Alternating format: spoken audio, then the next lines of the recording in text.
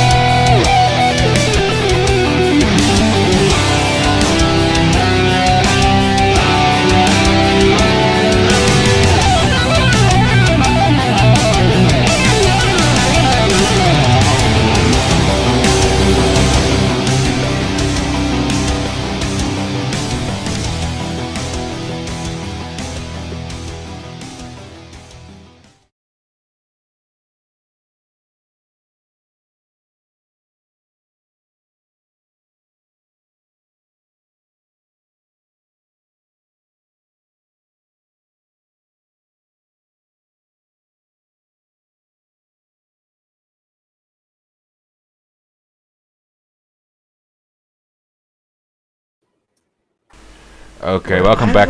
Welcome back, everyone, to Anonymous Bites Back. Tonight we will talk about the Syria situation and more. Please share it around.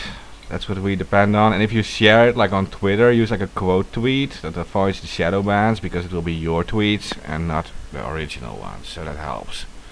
Put in like a hashtag Syria, whatever. So we take that hashtag related to Syria and you will be able to give our message, right? So you, Anons, can do it. Thanks. Hijack trans, y'all, all day, every day, just straight up. Yeah, it's that easy, right? Yeah. Hey, so the Americans bombed Syria tonight, right? It was all over the internet. Yep. But actually, I read in articles already the bombing started on February the 4th, and Steve just said it was already around Christmas it already started, right? Well, Israel has been Israel bombing. was bombing, yeah.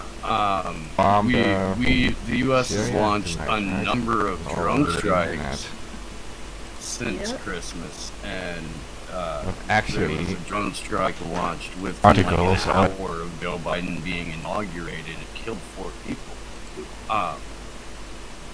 So none of this is new, but what I guess the new part is now people are finding out about it, and there seems to be like a legitimate pushback. Probably not as much as I would like, but I'm my God, dude. How much longer can we just indiscriminately blow the shit out of the Mideast without the country being like, this is fucking enough? And we can get into a discussion about that, because I have lots of answers to that question, mostly based off of Danny Sherson and talking to him and shit. But, somebody want to take a shot at it?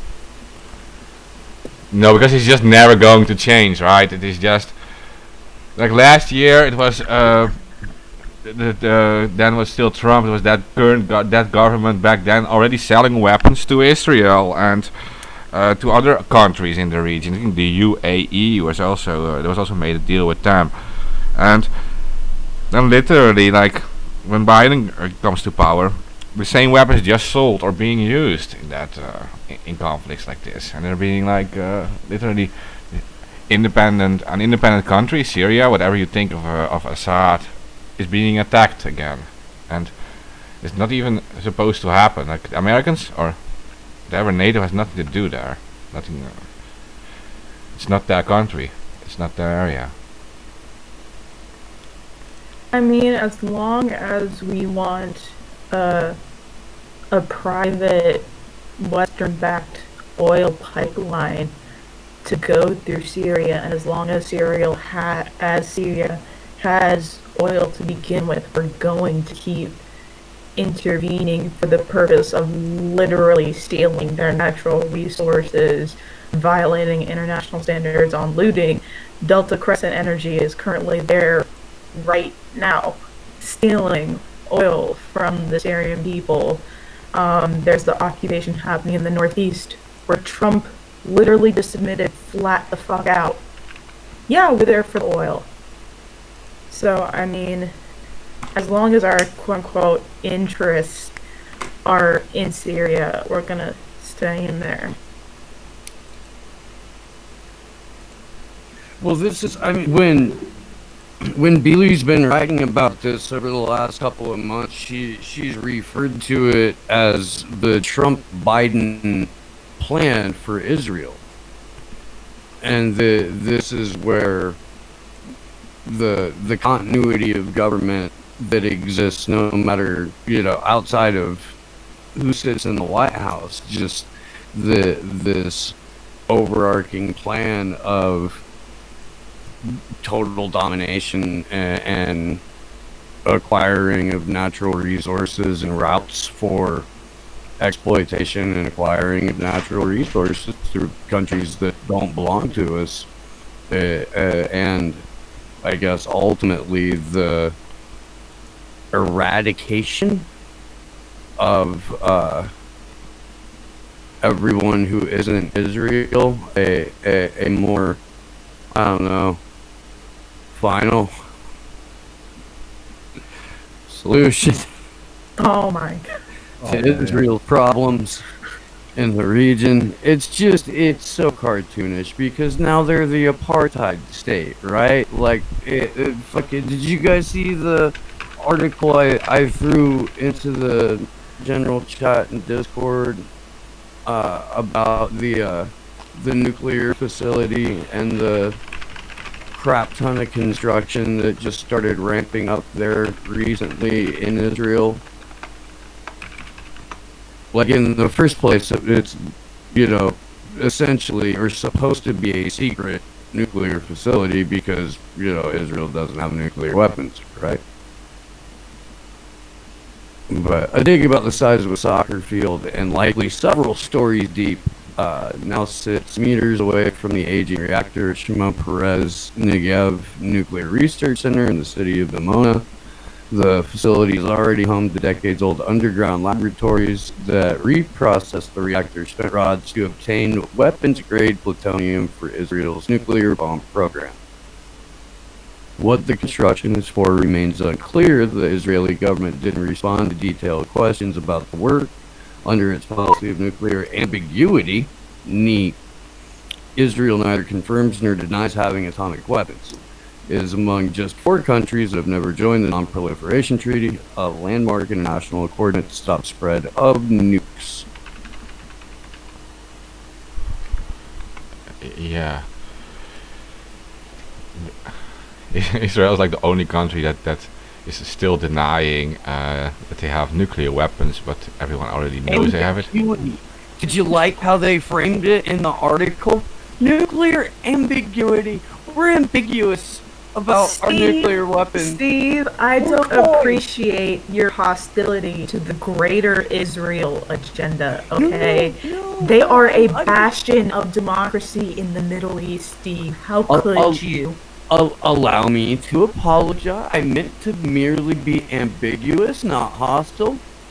It is my desire to remain ambiguous about this, about whether or not I have hostility towards a genocidal apartheid state.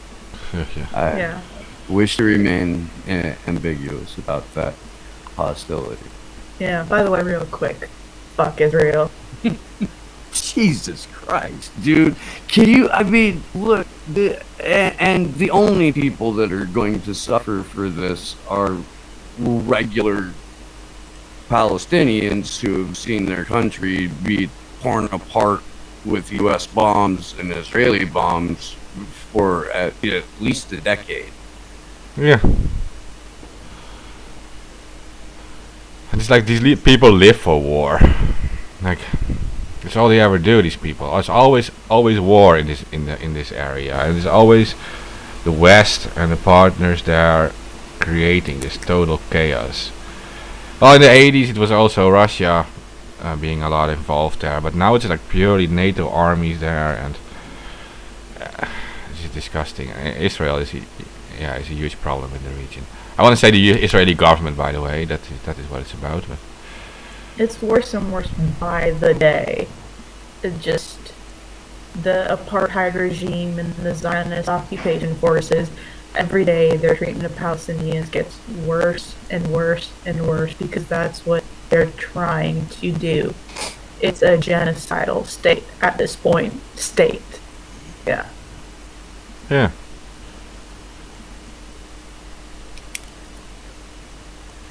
Oh, and real quick, because I've seen this phenomenon pop up. Fuck progressive Zionists. That's just a stupid concept. It really progressive is. Zionists. Yeah, I've heard it before. It's dumb. The entire concept.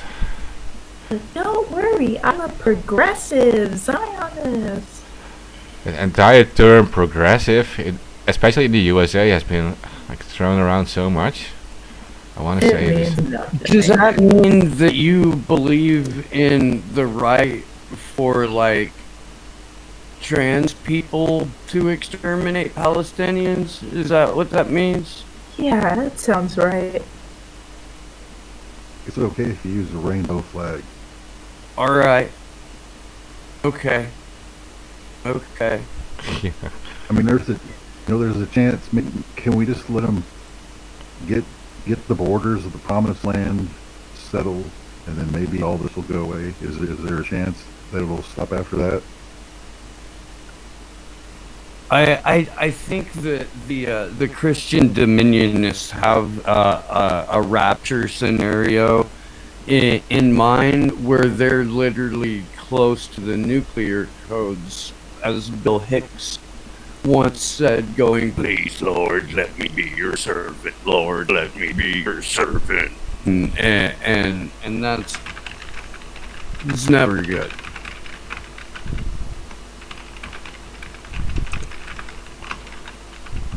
Well, there's this ongoing push.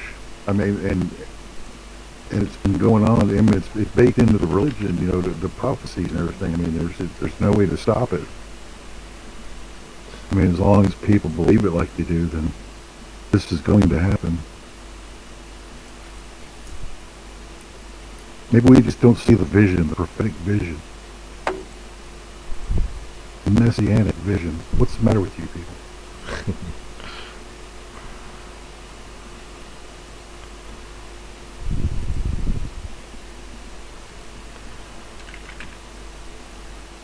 I do have a hard time seeing at night when I drive.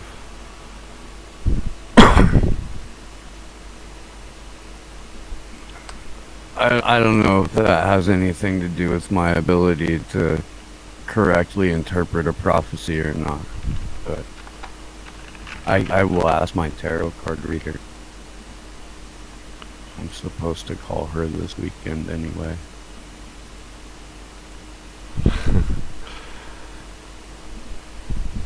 Bless your heart, Steve. Thanks, Jones. I appreciate that.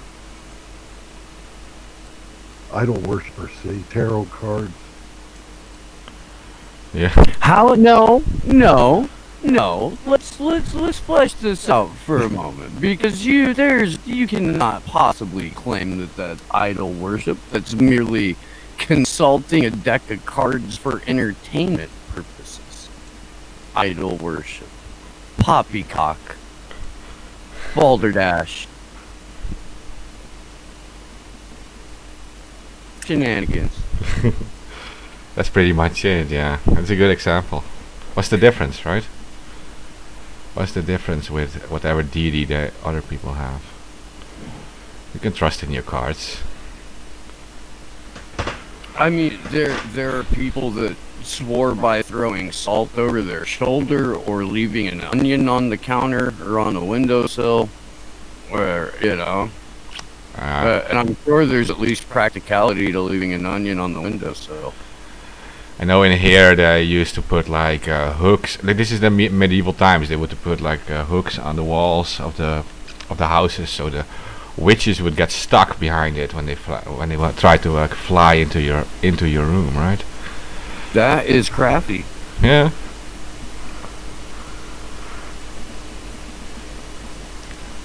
It's legit. It worked. I Jay, think no. can we talk about how absolutely mind-numbingly, all-encompassingly just stupid it is for Twitter to roll out what is essentially a feature that turns the social media platform into OnlyFans without the butthole? I mean, that's really what's happening. Well, I mean, we're on Jitsi now, so I think we could share screen if we wanted. Give me... Oh, the super follows, is that what you're talking about? Yes. Super follows! Yeah, super follows. By 2023, that's what they... Because they've run out of ideas for, like, being able to monetize things, and the way they set things up is not ideal for them, and they, instead of recoding everything and starting over, you know, they would rather just add on features to the platform. And yeah, I mean, I have no words. They have no way to... wait. Oh, we just went green screen. Ah, my eyes. That was the wrong shit. I'm sorry. One tab off. There we go.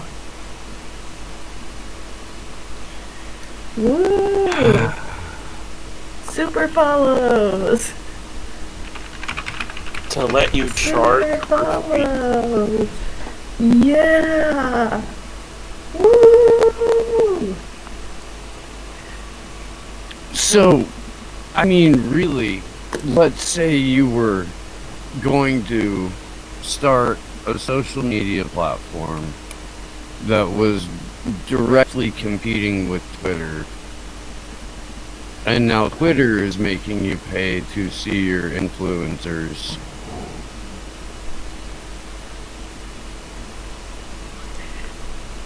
They're literally shooting themselves in the foot. They don't even realize it. Like, thanks Twitter, you're helping us.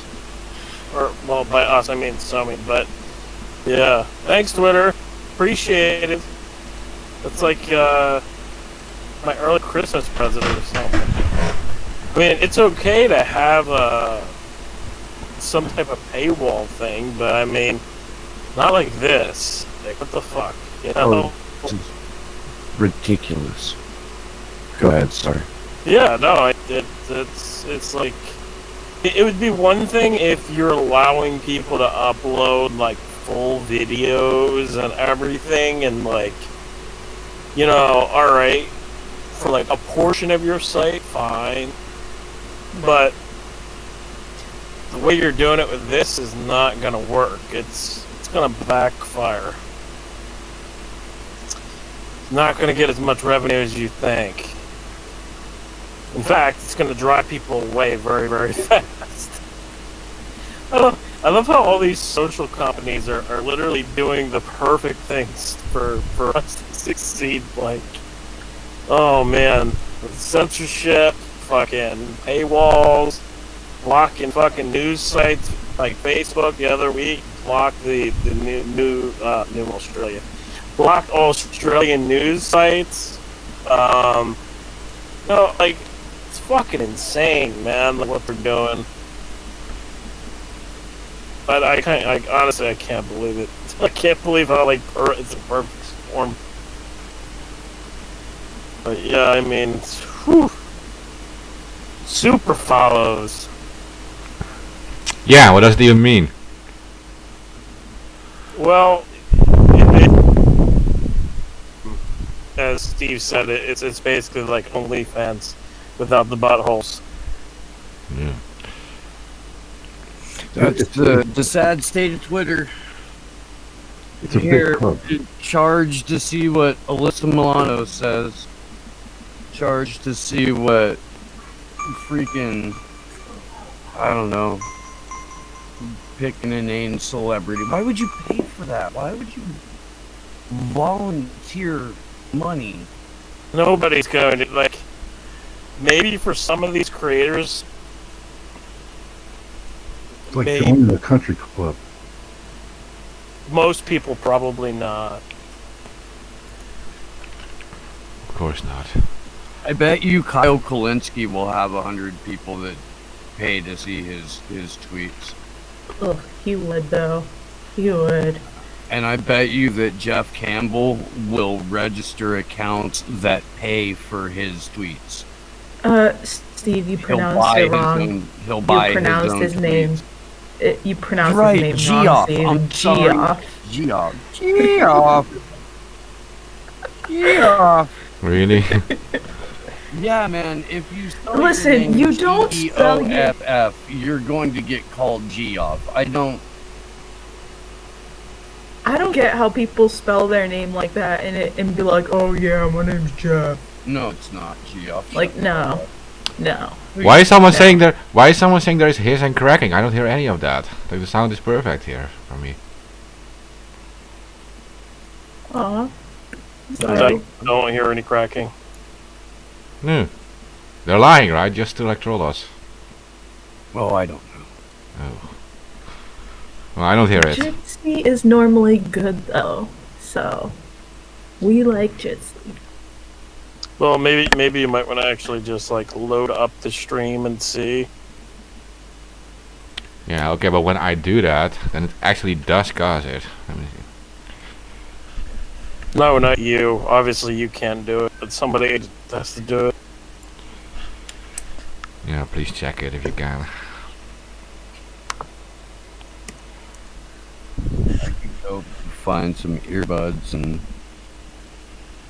listen on my phone.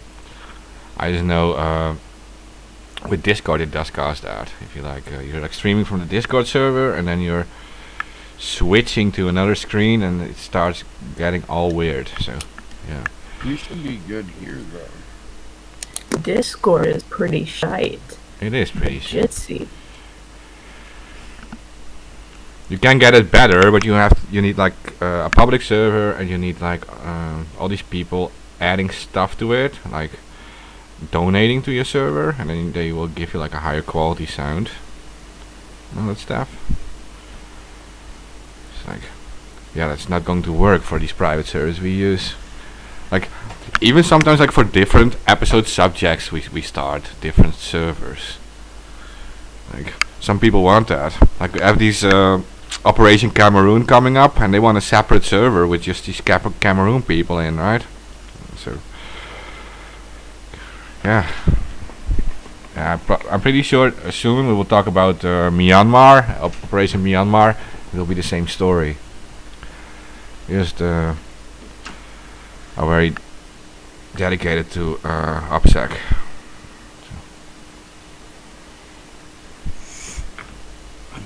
I'm gonna get an update from Keith tomorrow about what's going on with Food Not Bombs and their eviction and potential arrest and stuff. But I just got shown a thing. There were a couple of like anti-lockdown protests that are scheduled.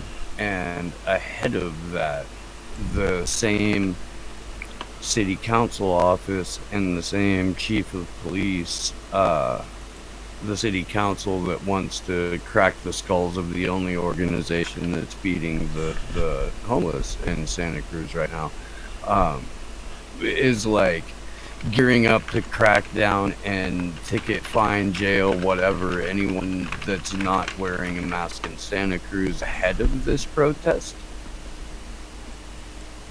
So they've already got the cops amped up to go fucking shake people down right now. This is like last week that video came out, the people flipping out in Trader Joe's in Santa Cruz. I can't wait to move. Have I mentioned that? Just a little bit. God, I can't wait to move.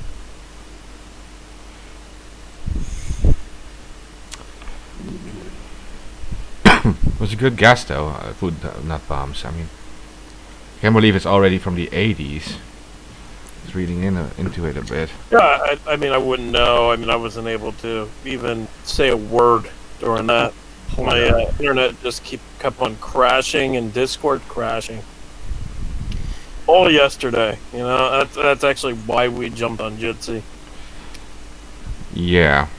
Yeah, okay, well, it was not... I didn't know anything about it either, so I wasn't even talking about it. I just let you guys do it. I mean, just started you the were stream. doing something else. Yeah, so I just started the stream, and you guys were just talking, whatever. That like, people actually appreciated that in the chat. Like, you said, like, yeah, I'm not here to talk about stuff I don't know shit about, so whatever. And people actually like that. Like, sometimes you just have to shut up. Yeah. That's very true. Yeah, no, it's something you can also pretend that you know everything about everything, but it's just not true. So. That's lame.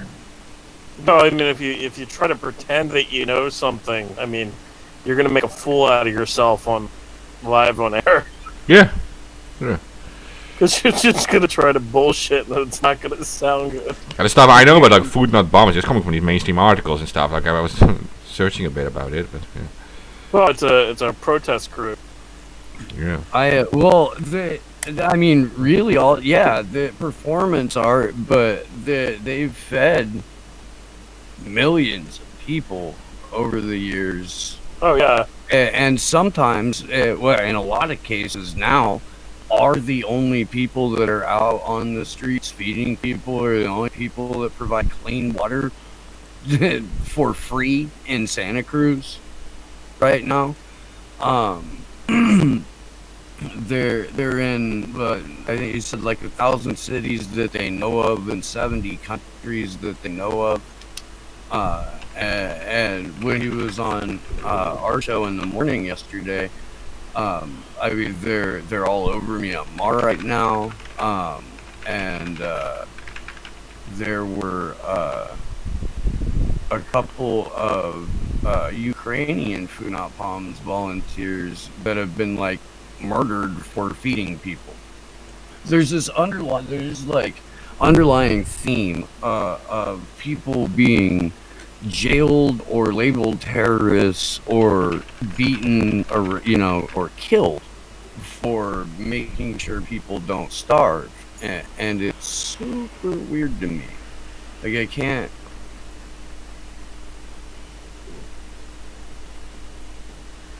square that circle. The fact that Food Not Bombs is like on the like most dangerous terrorist list of like what 88 or 89 or something like that. Food Not Bombs. Yep.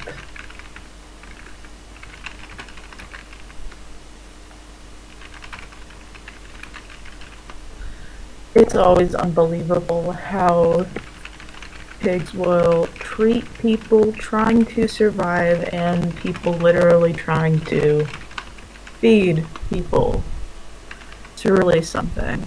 Just the treatment of survival, people trying to survive, is something that does get a lot of attention. Just like Syria, and just like any issue that matters, really.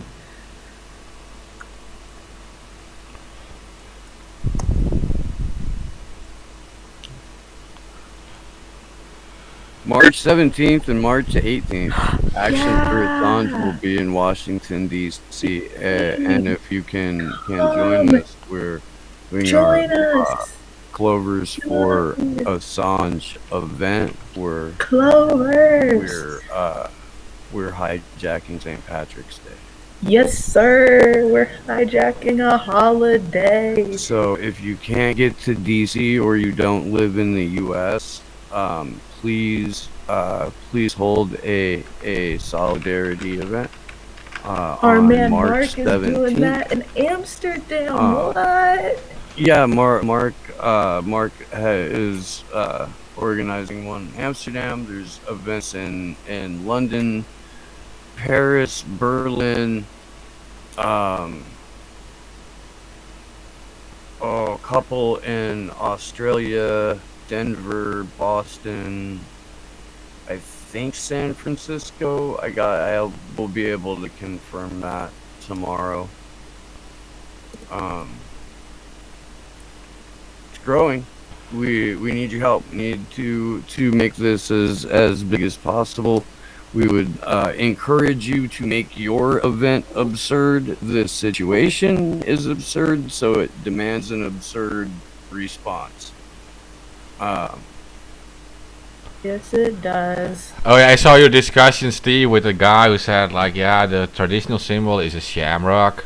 I just want to say that four-leaf clovers are just more rare, but they're also clovers, and they actually represent good Yeah. luck, and we're giving good luck to Yeah. Julian. So We want luck, not Yeah.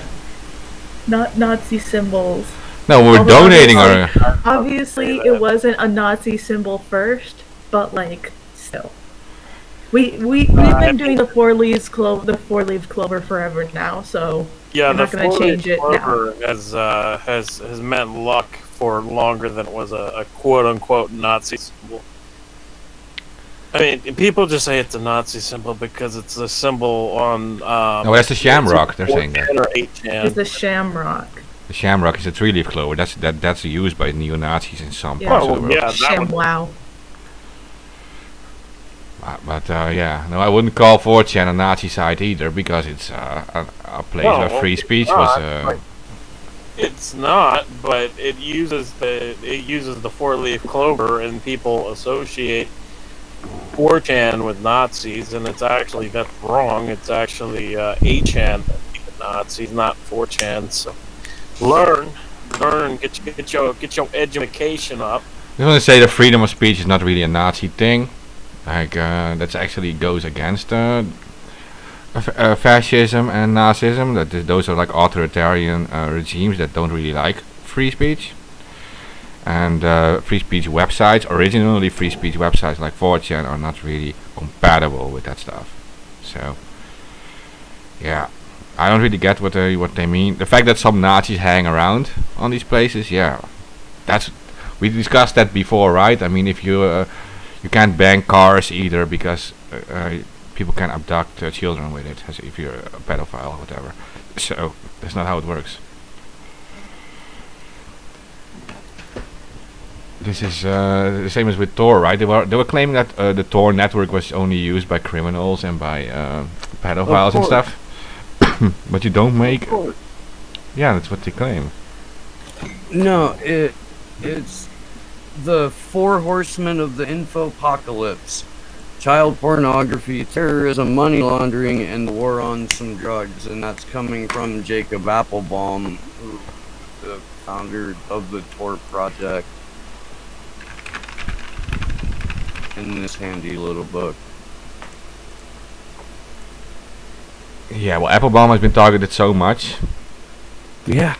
Yeah, and at first also, like in the same way they were targeting Julian, right? They were calling him what is it, like a sex predator and everything, and none of it is ever proven. Nope.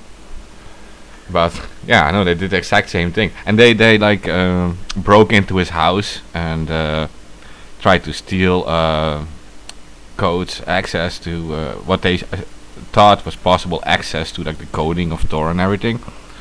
And he had his house filled with security cameras, and while he was on vacation they like came into his house and tried to like search everything, and then they were able to disable all the cameras except one, and he literally saw them on that one camera. He saw them, and he wrote about it. So yeah, these people are obsessed. When you're like a threat to them, they will get obsessed with you, and they will like first, yeah, they will call you crazy or something, like a conspiracy person, and then when that's not enough, they will call you like a criminal, and they will fight you, and it's just how it goes.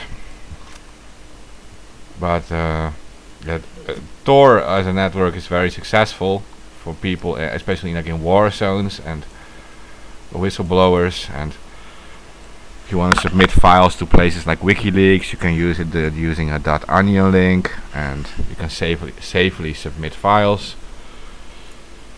So this is very useful. And also, don't forget that it helps to circumvent censorship. Like in China, you have the Great Chinese Firewall. Yeah, that allows you. Tor allows you to visit all these sites which are blocked by these Great Chinese Well- Firewalls. So. Well, in China, if you get caught using Tor or a VPN, you get like 25 years in prison. Mhm. Yeah. Yeah.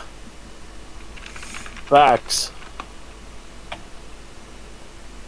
Yeah. So- And there are a significant number of Westerners who do not understand this.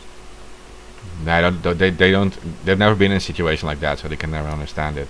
But there are solutions to it because, okay, so the Chinese government will probably recognize when you use the default Tor port 9050, or if you use the browser 9150, but you can change the port, of course.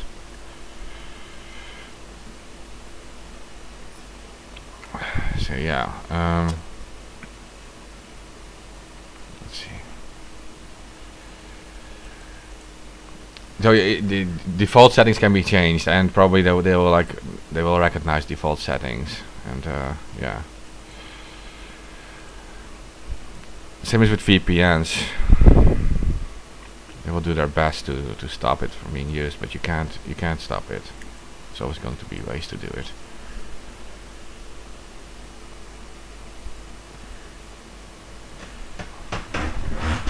Eventually, if the Chinese government wants to stop that entirely, they have to block everything that's like outside of China, and like every IP range outside of China.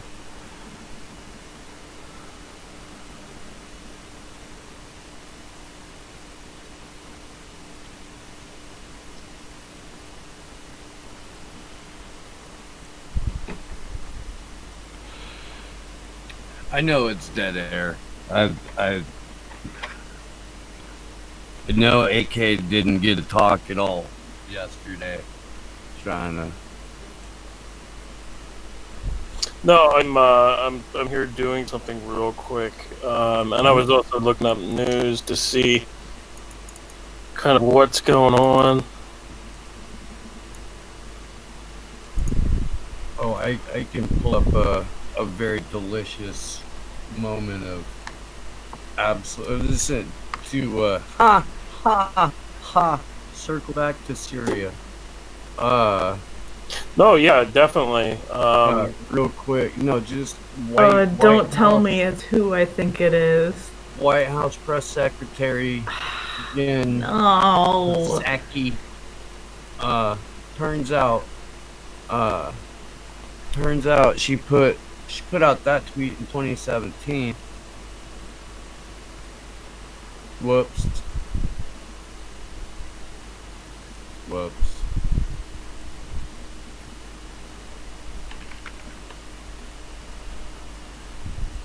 It's just like that. It really is.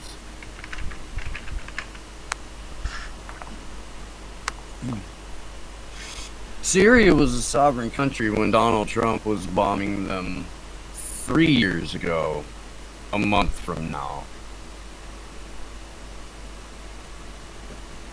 Just before, oh no, that was the 2017 Assad gassed his own people bombing run. The 2018 Assad gassed his own people. Or no, it was Assad is using chemical weapons. But he didn't like gas his own people. This time he did, and that was a false flag too. It was like false flag season in Syria for about 3 years, and late between like March and May. Springtime is false flag time in Syria, and it was fine. Or sorry, I'm saying that wrong. It was not fine, according to now White House press secretary Jen Psaki.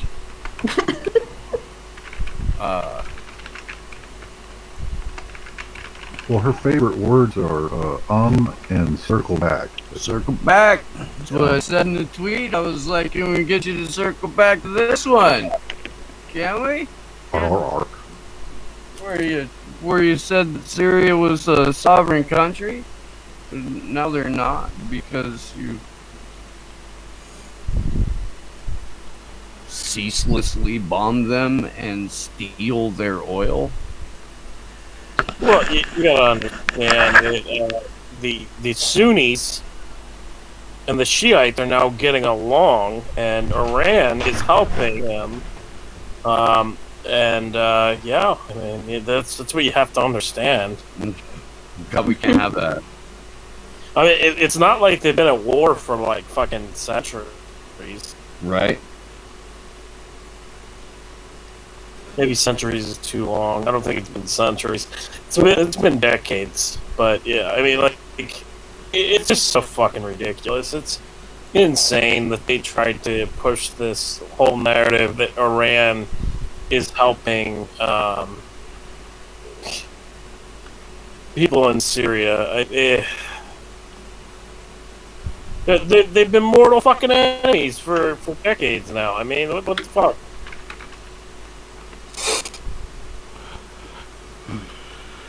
I think that Islamic schism goes back a ways. I gotta look that up, but I mean, that goes way back.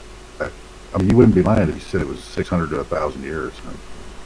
Maybe, yeah, so Let me maybe go I was check. right. Maybe I was right. It's centuries. It really might be centuries. Like, I was thinking about it, but I was like, centuries is a long fucking time, man. Like, I don't know. It is a decent long period of time. But it's just fucking ridiculous that they can even say that they're working together and like, yeah, I just can't believe it. I mean, I should, but I can't.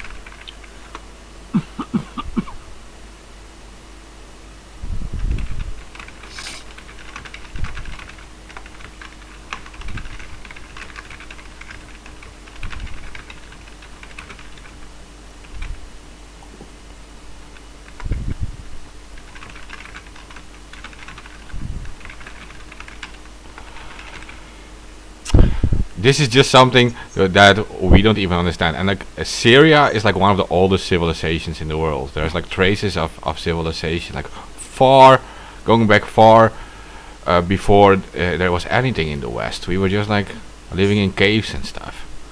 And Damascus is supposed to be the oldest city ever, right?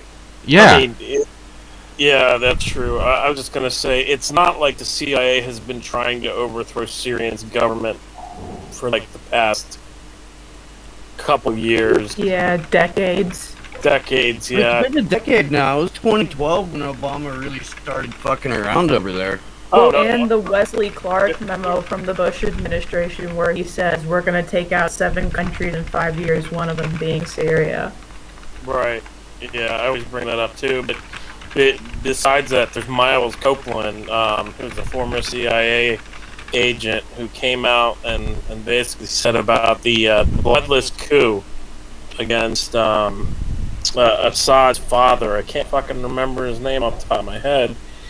But, you know, like, all these different operations and over the years trying to overthrow Syria, it's just fucking insane that they are now trying to push and say Iran is helping Syria. Iran is helping Syrian rebels, yeah. Are those the same rebels that we armed against Assad? Peaceful ones. No, The moderate No, rebels. they're Now I moderate. just see same the moderate campaign rebel, thing. right? Now all I'm seeing is the slow pan up the desk to Alex Jones and the John McCain. Her father's Her now. father famously funded Al Qaeda in Syria. Her father is in hell. God, it's beautiful, man. It's It so is. awesome. It's so beautiful. One of my favorite videos of all time. Do you have any idea what we're talking about? I know we put it in the no, general chat before. Have no idea what Yeah. I'm talking about. Just There, listening, and I'm like, there's a thing where like it's just a clip of Meghan McCain using her daddy's name again, flogging daddy's corpse for fucking something, and bitching about Al Qaeda, and so there's this like quick cut to the floor of the InfoWars studio, and you start to hear Jones talk shit about John McCain. Her father funded Al Qaeda in Syria. well, yeah. And it's a slow, dramatic pan up the desk to Jones right when he gets to her father is in hell. Yeah, I don't. Yeah, I can't. I don't entertain Jones. I don't like him. It's fucking hilarious. Yeah. Well, And so is the indie folk song as Alex Jones rant video. yeah, that's good. I'll give you that. That one's funny. That is funny. I'm angry. I've had enough of these people. Literal vampire goblins crawling all around us. I have them on video. Fuck yeah, dude. Yeah. Yeah, that was pretty funny. The metal version's even better, to be honest. I mean, With a woman whose mother wears a hood over her head.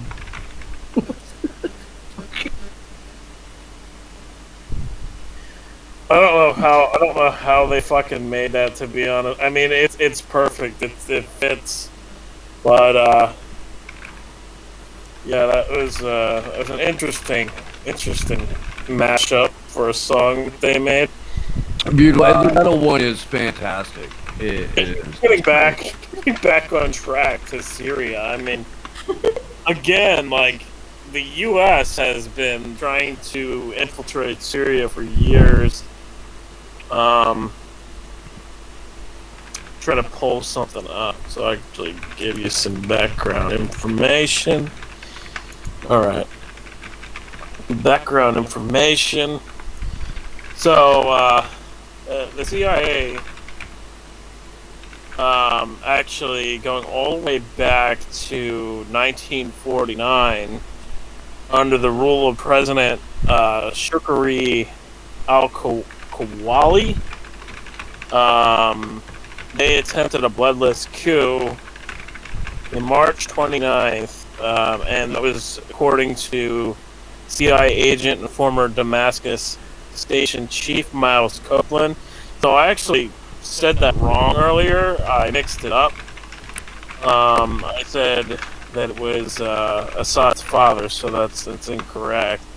That plan called for the use of the former chief of staff of the Syrian army as their man to overthrow the then president of Syria. And that's the first time that where the CIA coup destroyed Syria and plunged it into years of political instability, destabilizing the Middle East. And that set the precedent for the future of Syria. Following that coup was several coups over the years, including Operation Straggle, Operation Wappen, and several assassination plots that eventually led to the rise of Hafez al-Assad, who is Assad's father, in 1971. And the CIA then planned to overthrow Hafez al-Assad, and a CIA report from September 1983 outlined the U.S. goal of then again further destabilizing Syria and opening a two-front war against the country to put pressure on an overthrow of Hafez al-Assad. So, we have documents where the CIA is staging a two-front war in the country. What the fuck? Mm-hmm. And in a 1983 secret report, it called for the U.S. covert operation to utilize a U.S. allied Iraq base for an attack on Syria. And it said in the report, Iraq might supply them with sufficient weapons to launch a civil war. Why do we fund the CIA? Just, do as JFK said and scatter them into the wind. There's another document in 1986 entitled Syria Scenarios of Dramatic Political Change that was authored by the Foreign Subversion and Instability Center. Why have a fucking agency that is entitled as the Foreign Subversion and Instability Center? What Honesty in government. Yeah, Yeah, I guess thanks for being open about it. Yeah. Well, what was the office that they did? Moon of Alabama and then Gray Zone just busted the BBC and Bellingcat for working for. It was the Counter Disinformation Management Division or something. Oh yeah. Counter Disinformation Management Division.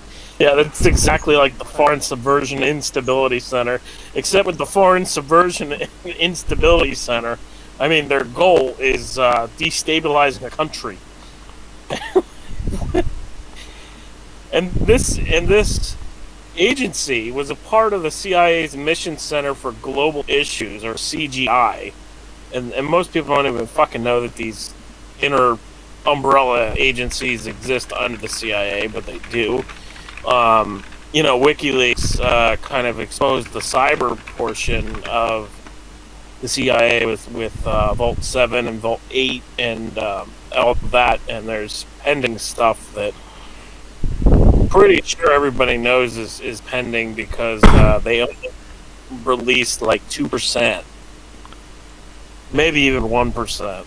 But anyway, so they stated in this analysis that a number of possible scenarios could lead to the ouster of President Assad, Bashar al-Assad's father, Hafez, or an other dramatic change in Syria for a, guess what, oil pipeline.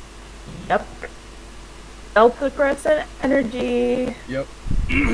So here we have a report by the Foreign Subversion and Instability Center literally saying, well, guys, we could destabilize the ouster of Hafez al-Assad for an oil pipeline. Wonderful. Yeah.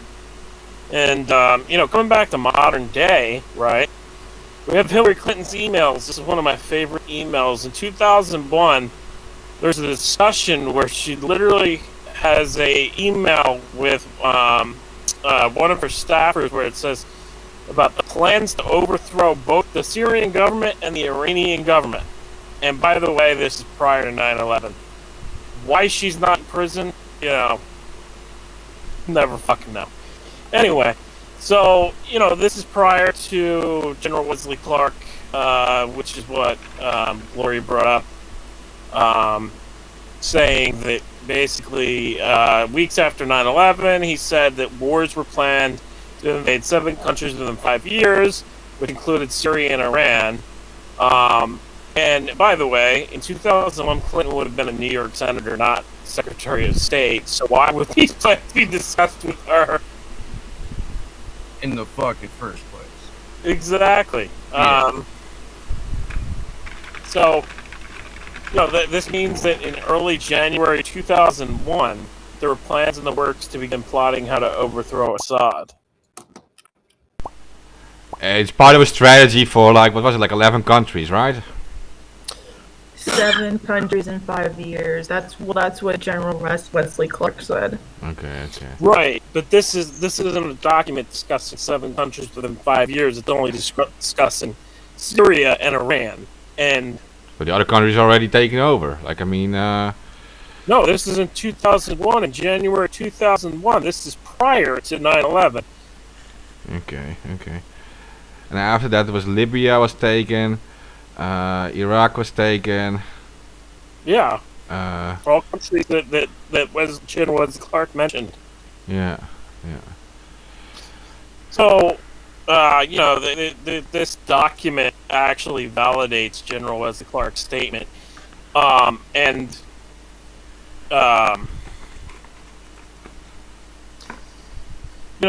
over the years, besides 2001, going back to the WikiLeaks U.S. diplomatic cables from 2006, there's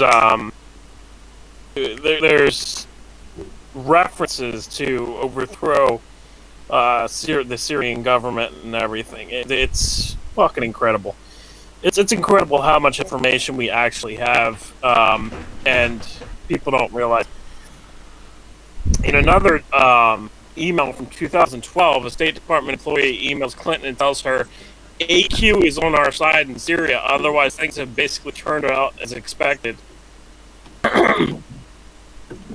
Well, what do you think AQ is on our side in Syria means?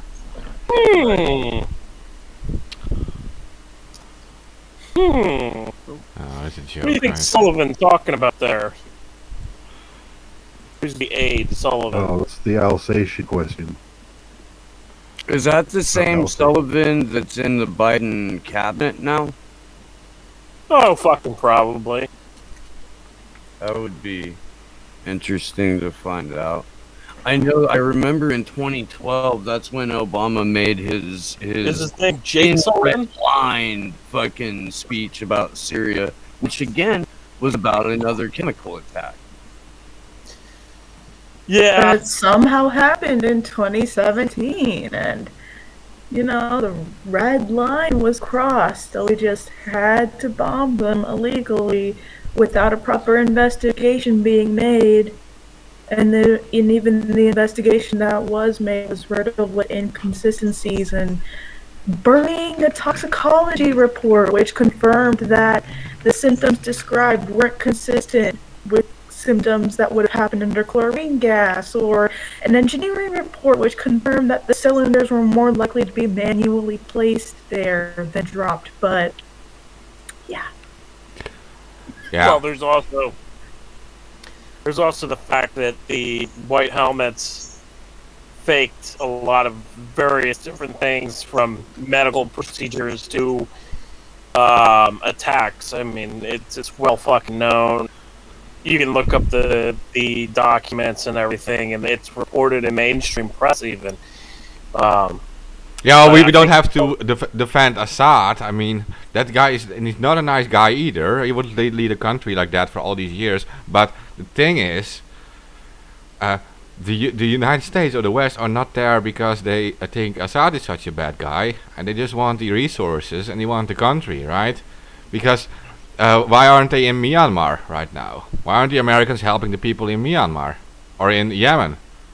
They're not. Well, we know what the U.S. did with Libya. They used a weapon smuggling program in Libya years before, pouring various different weapons into Libya, and in turn Benghazi, one of the main points. And Mark Turi, who's a former arms dealer, actually threatened to expose the plan to arm anti-Gaddafi rebels against the former Libyan leader. And at the height of the Arab Spring, was a CIA covert weapons program involved in sending weapons to Qatar, who would then funnel them into Libya and other Arab countries as well. We know all this information. It's all well cited. If you don't know it, I can cite it for you. This Better do it for listeners, I mean. Yeah, well, I mean, it's all in my article on the history of CIA attempted coups in Syria and how they created ISIS.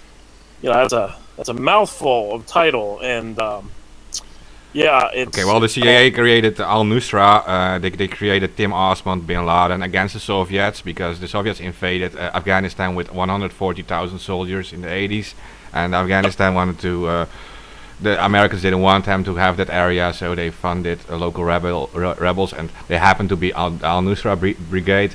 That is now Al Qaeda. That's a part of Al Qaeda. Well, And Ted Gunderson met with Tim Osman, and Michael Riconoscuto in another arms dealer, I can't remember his fucking name off the top of my head, in a hotel in 1986. And they discussed basically giving Mujahideen at the time man pads or shoulder rockets to fight against the Soviets at the time.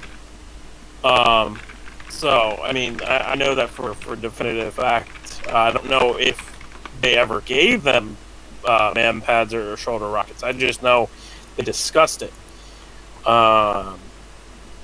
So, I mean, we know all this stuff goes on, but going back to this, you know, we have also another state document where it literally says that the Clinton State Department approves a U.S. weapon shipment to Libya, despite a ban on weapons going into Libya at the time. And I just want to say, because I actually wrote it here in this article and I forgot how many years it's been. It's been 1,400 years between a fight between the Sunnis and the Shiites. There's been a civil war. I doubt that the Sunnis and Shiites are getting along to... what do you mean it's that long? It's what, 1,000... what did you say? How many years? 1,400 years. It's like... okay, I thought it was like from 1300 or something. That actual... but you're right. Okay. Go ahead. Sorry. Yeah, it's been 1,400 years since they've had a civil war and divide.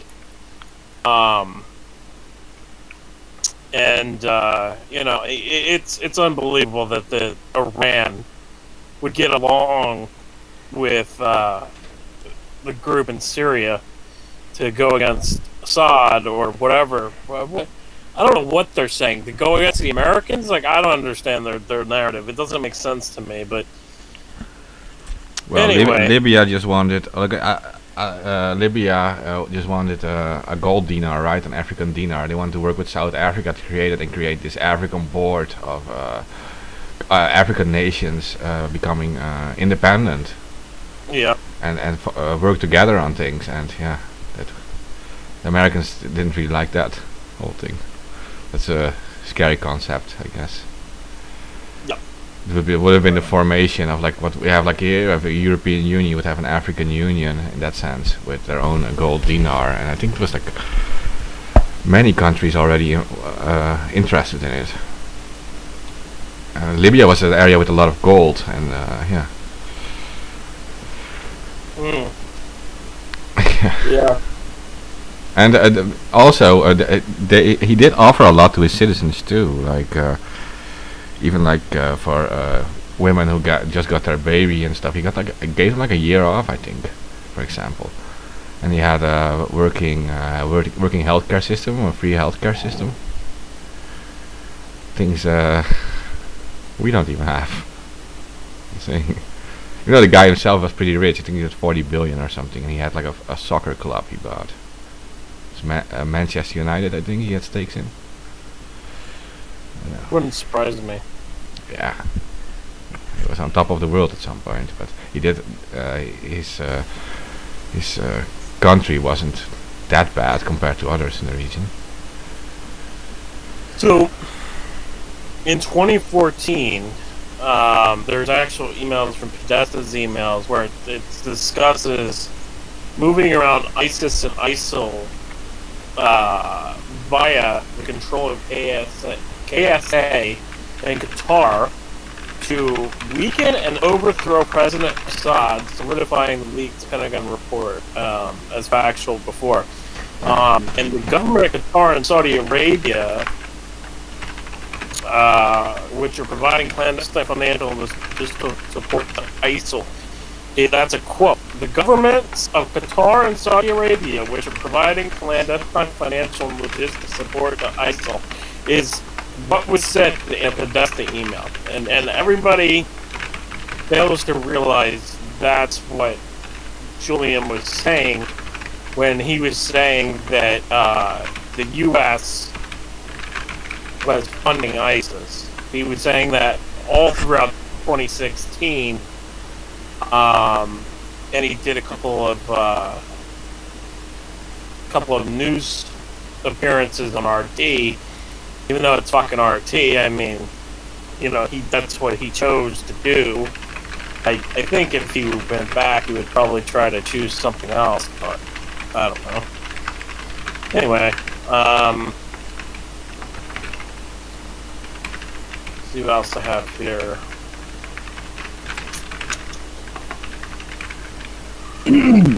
Oh, yeah, the New York Times reported that under the Obama administration, the CIA used Saudi Arabia to fund the rebels in Syria, and everybody kind of misses that one too, man.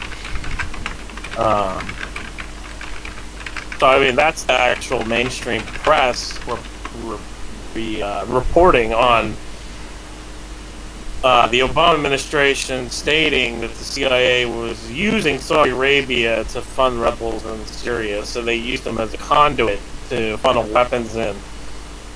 Exactly as they did with Libya. I mean, it's the same fucking song and dance.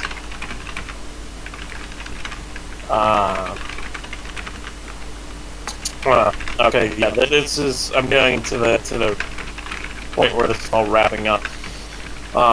Under Clinton's State Department in 2011 and the previous George Bush administration, the CIA secretly financed Syrian political opposition groups and related projects, including a satellite TV channel, Barada TV, according to diplomatic cables released by WikiLeaks.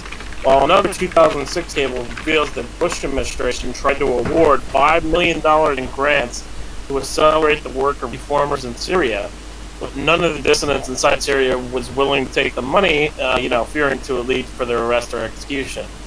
And further, thanks to Jeremy Hammond and WikiLeaks releasing the Stratford files, it's known that British and American special forces were already on the ground advising anti-Assad militants in the first year of the current Syrian conflict, which coincidentally enough started in 2011 while the CIA was running an ongoing propaganda campaign in Syria.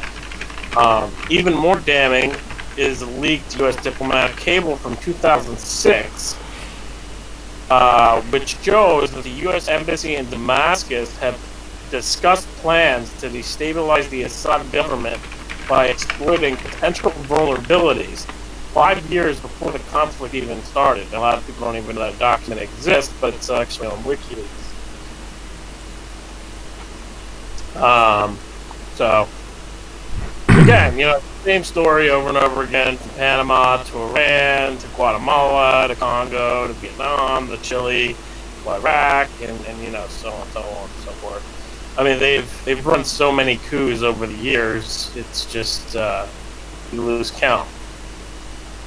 So, well, and Biden has put a lot of the junior varsity team from Obama's foreign policy and intelligence community chiefs into those same spots. And even where he didn't, he picked people that were like loyalists to James Clapper or loyalists to Brennan, and in the case of what's his name, Michael Burns, he was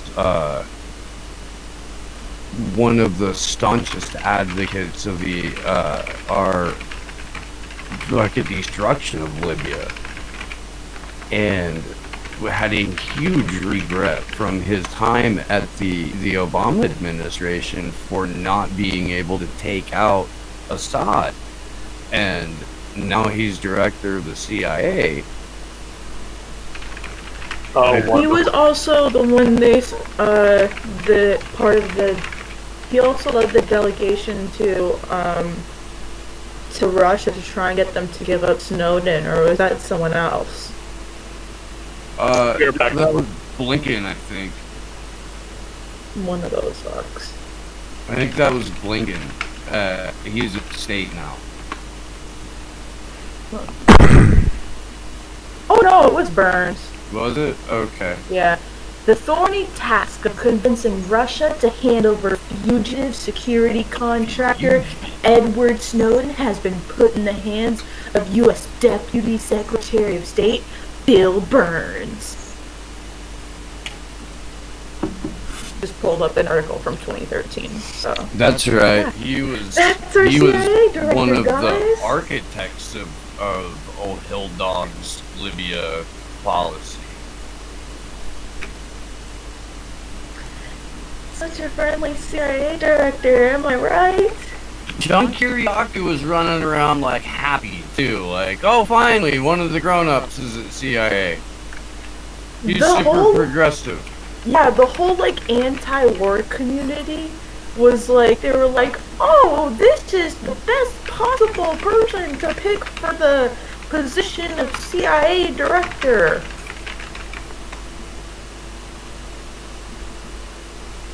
Like, I know the lockdowns have been.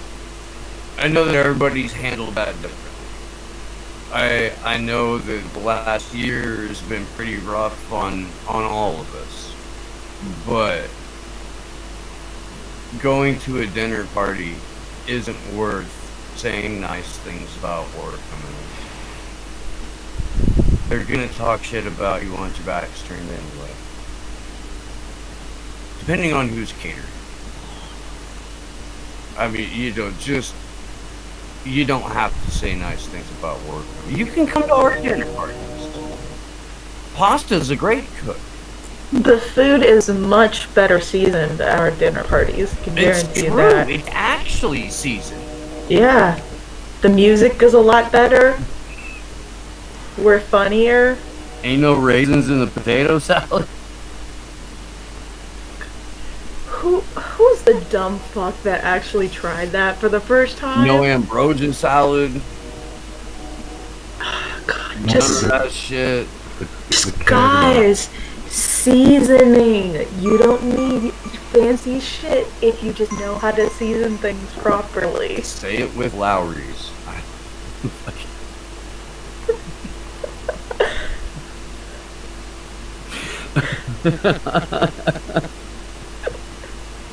I need my Grey Poupon. I don't like the taste of Dijon mustard. I don't. It's got a flavor is just Dijon mustard is just fancy mustard, right? yeah, kinda. It's like tart, kinda.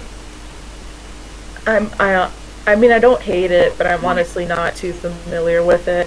Yeah.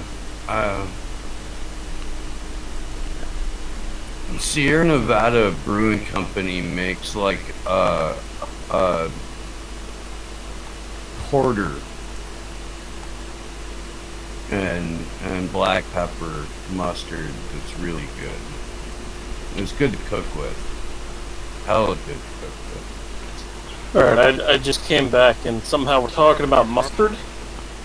Well, yeah, because we were saying how, like, you know, people want to go to, like, the war criminal parties, and we were like, nah, fuck no, come to our parties. We know how to cook. Our seasoning is way better. And then Steve was like, oh, I'm really It just sort of digressed from there. Mustard. But it did spark from the fact that a number of the prominent anti-war voices, especially in the DC bubble, were like doing cartwheels over William Burns being appointed to CIA. And this is the dude who at state was one of the architects of Hillary's Libya policy, who regrets not taking out Assad when he was at state. And now he's at CIA. Oh yeah, that's that Bill guy, right? Yeah. Yeah, I can't remember his last name now. Burns. Burns. Oh yeah, Mr. Burns, right. Oh, God. Bill Burns is, like, a CIA director name, too. from Yeah. it. I walked away and I heard that John Kiriaki was cheering him on.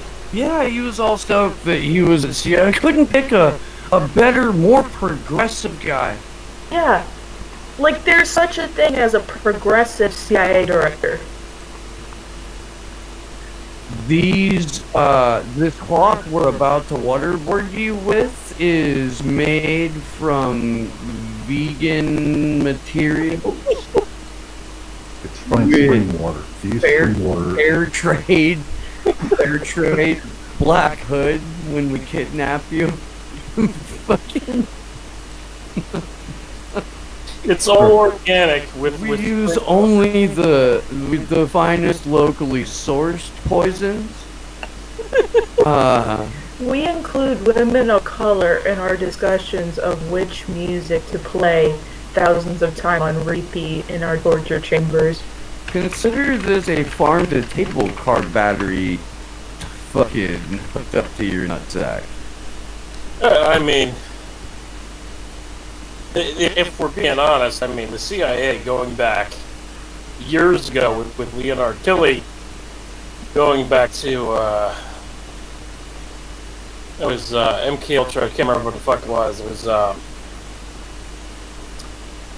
what is that hospital in Canada that they use in MK Ultra? I can't remember what it was off the top of my head. I know too much information, so it's like things get mixed up.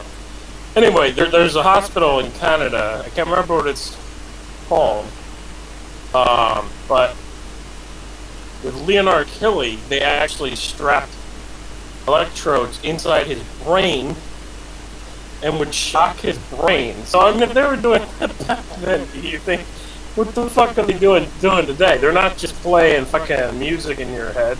I mean, not in your head. They're not just playing music in like speakers. I mean, they're probably beaming it directly into your fucking head to make you think you're insane. Hearing fucking music out of nowhere. Voice to skull. Oh, Voice to Skull goes back to Project Concussion with the OSS, the Navy. So, yeah, I mean, that's like going back the 30s, 40s. People don't think about this, but I mean, they have such advanced technology that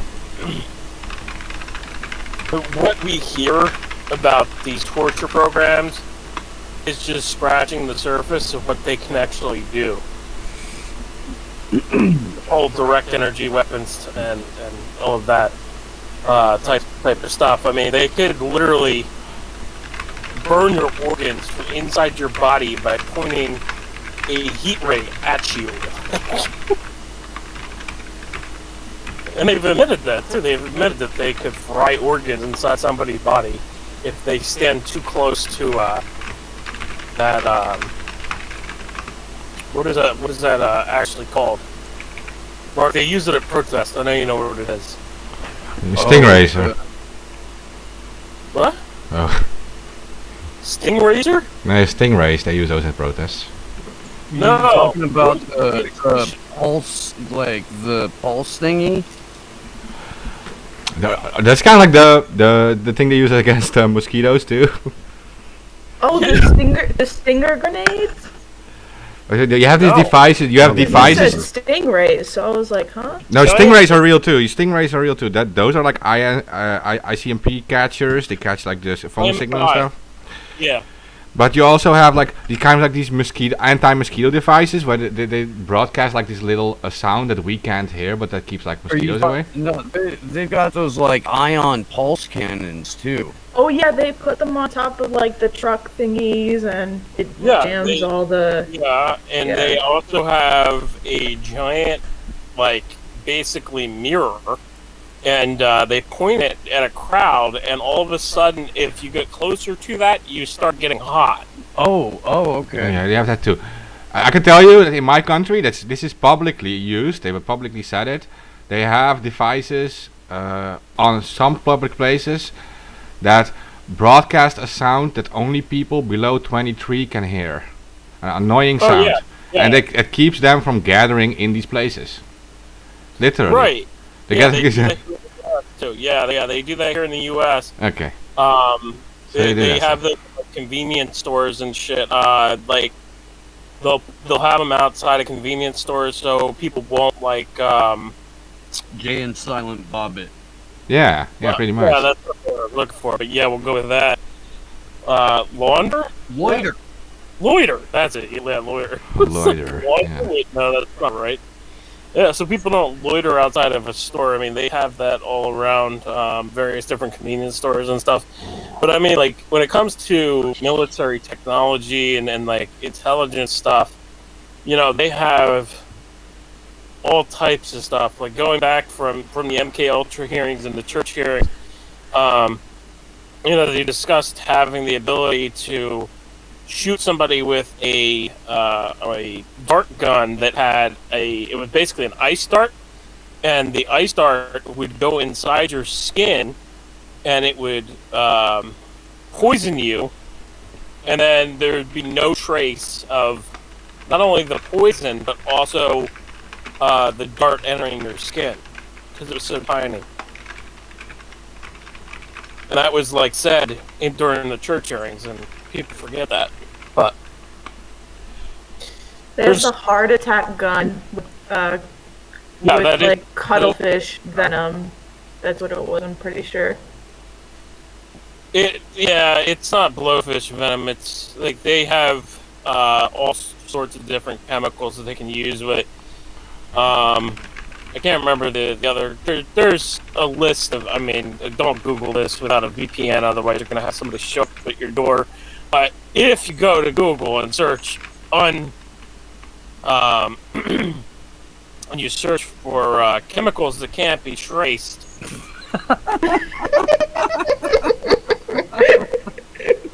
That's why I said do it with VPN. I said, Well, and probably on Tor too. well, yeah, For dude, DuckDuckGo. Well, I don't yeah, you know, I've done it before, just by being on a VPN, and I was fine. You know, YouTube has tag recognition, right? They recognize whatever you're saying now these days. They're saying. Yeah, well, that's fine. YouTube, I am not- we are just chatting shit. Don't worry. It's all a joke, YouTube. Fuck off, Kevin. It was purely hypothetical, Kevin. Yeah. I mean, I'm talking about history here, so they can fuck off. Anyway, you hear that, bot? Fuck off. Don't worry. We've been discussing making bombs and stuff in the past. It's all fine. Just a reminder what kind of show this is. So here's how you make a Molotov cocktail. I can teach you how to mix bleach and ammonia.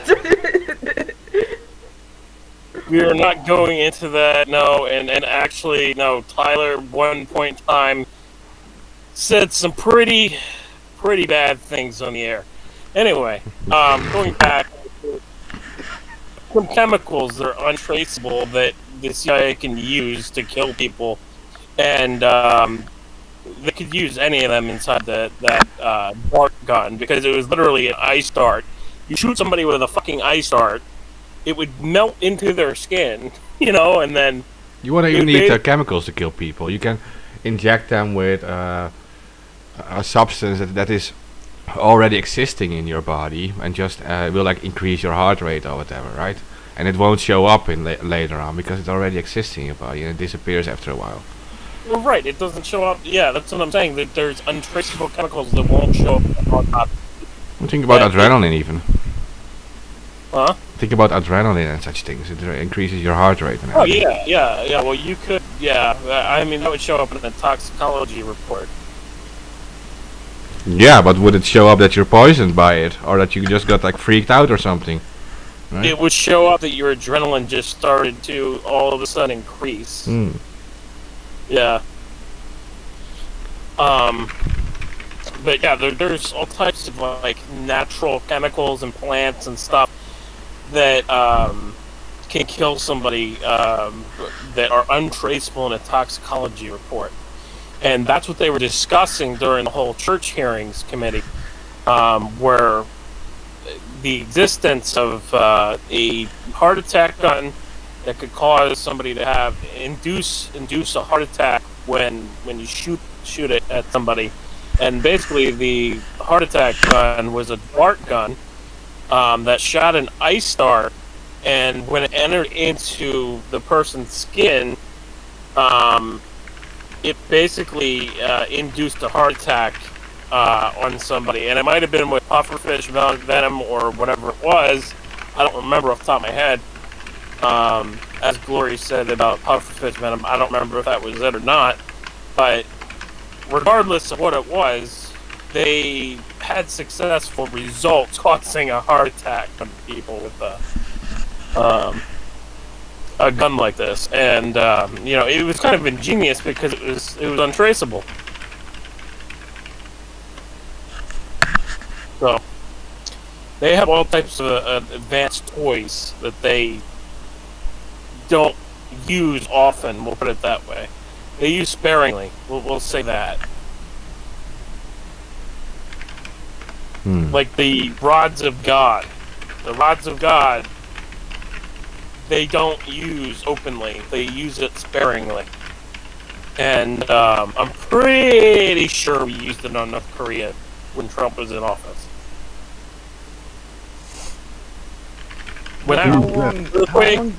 How long did it take them to admit that they had made a corner shot? What do you mean? I'm talking about a gun that shoots at a 90-degree angle. Oh, okay. Yeah, I mean, they basically hid knowledge of that too. I mean, like, they didn't want to admit that, like, because that was a military technology. They were using those in Iraq.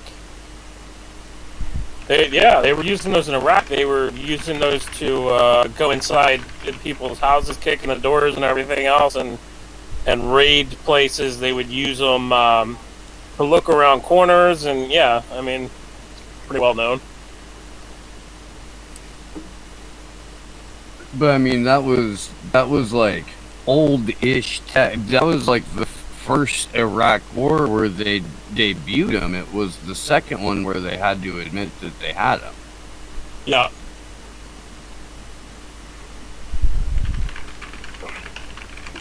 So we've talked about this on the show before, but the lag in technology between the time that the general public gets to see it and when it's developed and tested and put into use can be 2, 3, 4 decades. Depending on what it is, yes.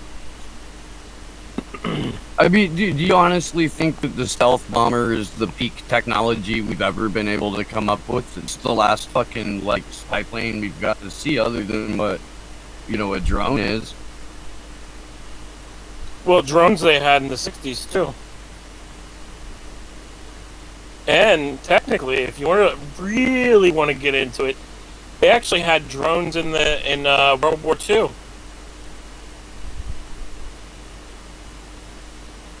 Obviously not as advanced as it is now, but I forget the term that they used in World War II for them, but yeah, they had drones in World War II. Buzzbomb, B1. That's it. And then we had, they were called AZON, A-Z-O-N. It was azimuth-only navigation for some of the, it was like radio-guided bombs, like for hitting bridges. They didn't have many of them, but there was some of that going on too, the guided weapons.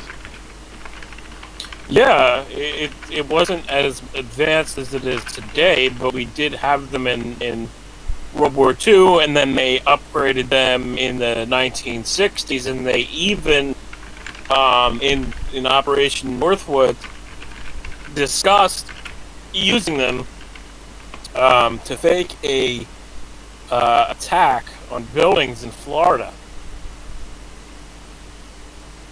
So, blame Cuba.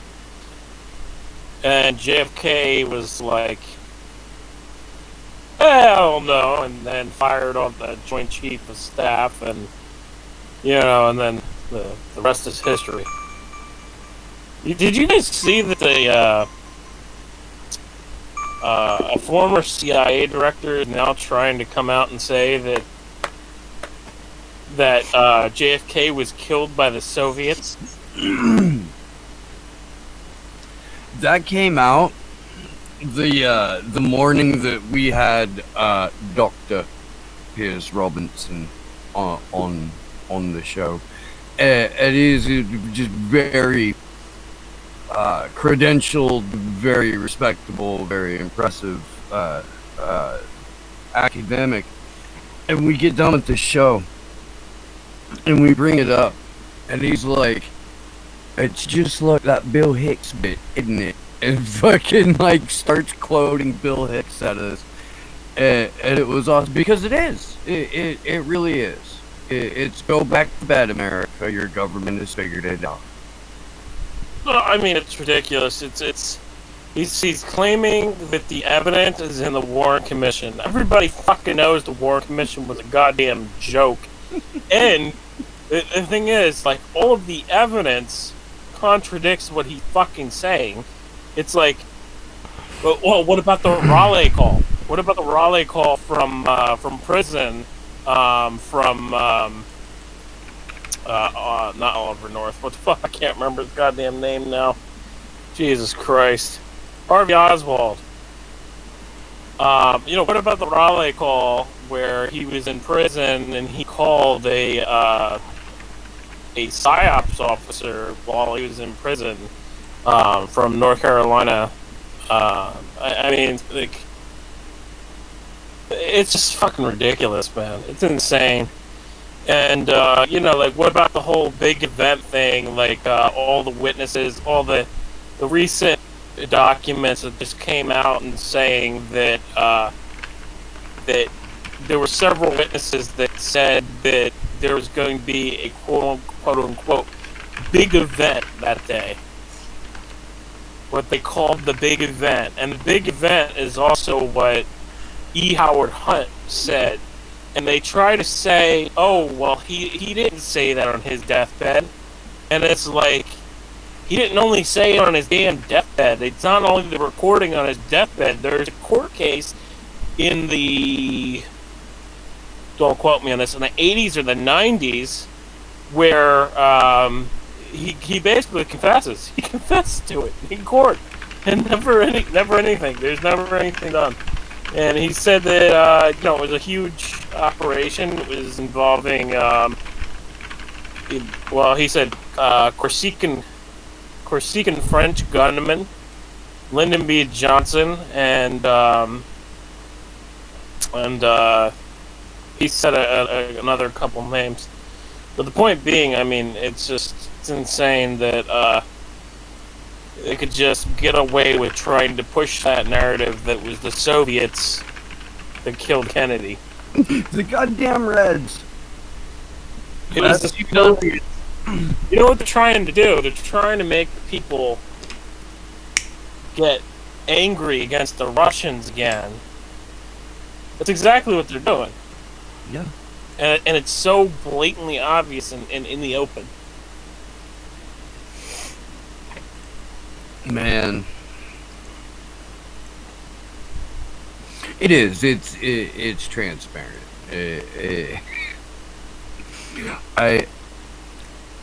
You would be hard pressed to find something more like nakedly, desperately cartoonish than an ex-CIA chief coming out of nowhere, totally unprompted. Out of nowhere. Yeah, nobody asked you about JFK. Hey Dave, how you doing? It was the fucking Russians.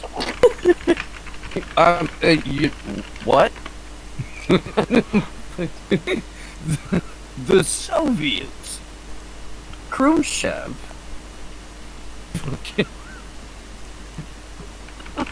Khrushchev.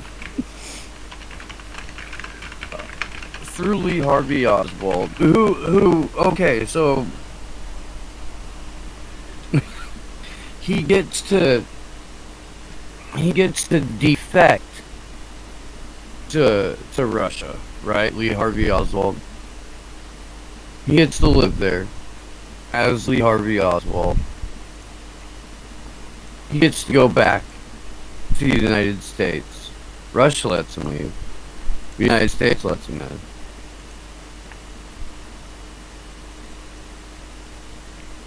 Funny how that goes, right? His own mom said that he was an intelligence asset. I mean, it's insane. It's absolutely insane. And there's so much more evidence. I mean, should I pull up my article on this and actually go through it all? I mean, because there's so much fucking evidence with it. I mean, what time is it? How much time do we have for the show? I mean, I don't know. It's up to you. want me to go through the evidence? I mean, I have to watch. At least The Russians. yeah.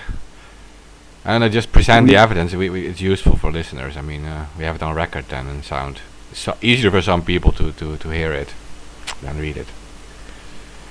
We have like a 3-part show on this too from last November with Jared Beck and Jason Burmis and Craig Pasta Jardula, where Jared has been studying this thing for like since he was a kid. He did probably put like a genuine 25-30 years of legitimate research into this, and Burmis has gone down a number of threads too.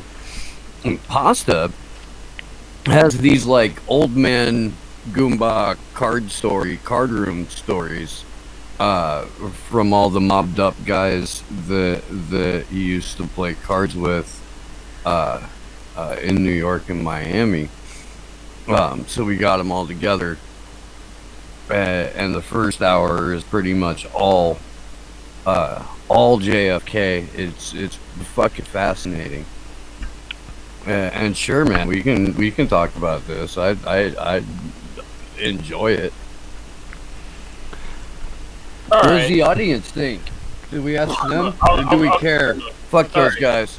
I can't even remember how much we did about JFK in the past. I think we did some episodes about this too, but we should do it again. I mean, you have some info, AK. All right. So this it's a mixture of information that comes from Ted and also from the documents. Ted Gunderson, right? I mean, Yes.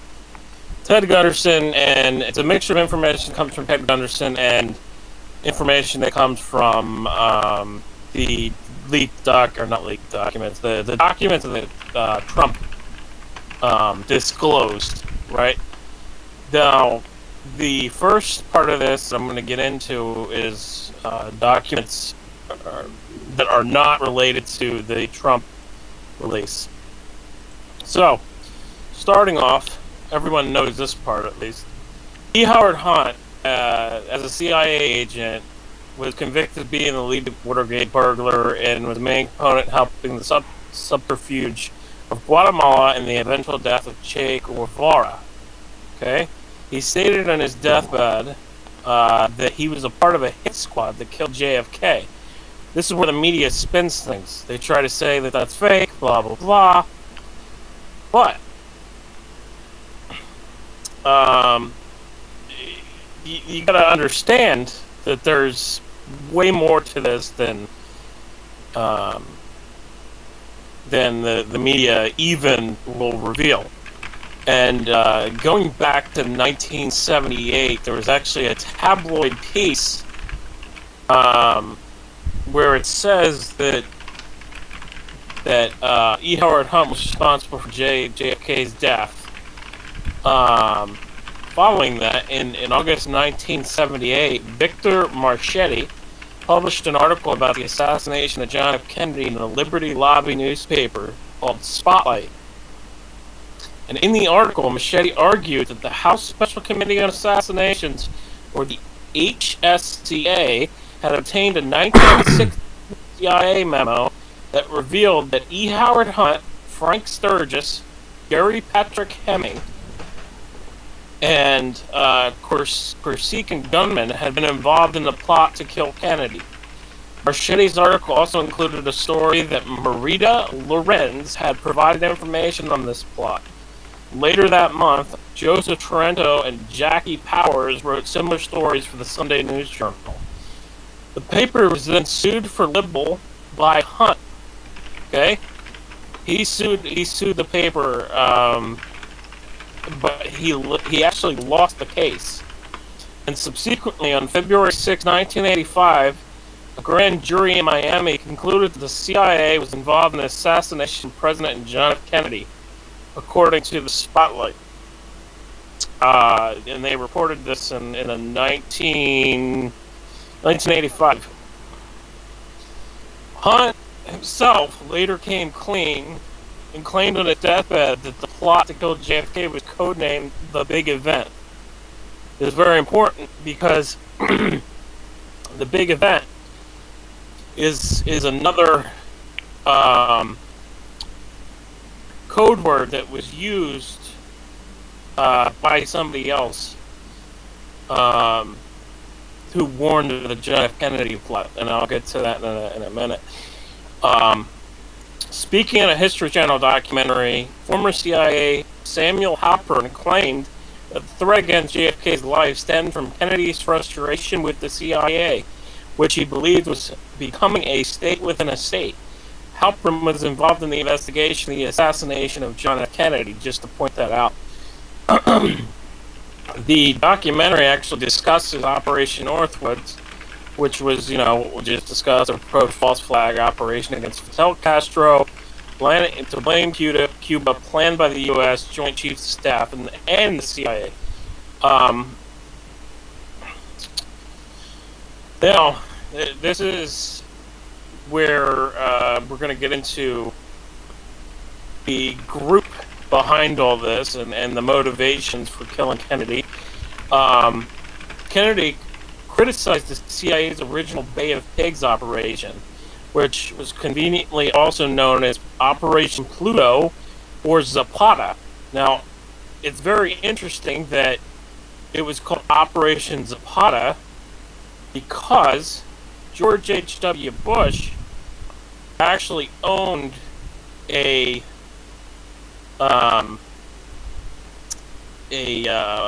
what is it? I'm trying to find it. Hold on. Where the fuck is it?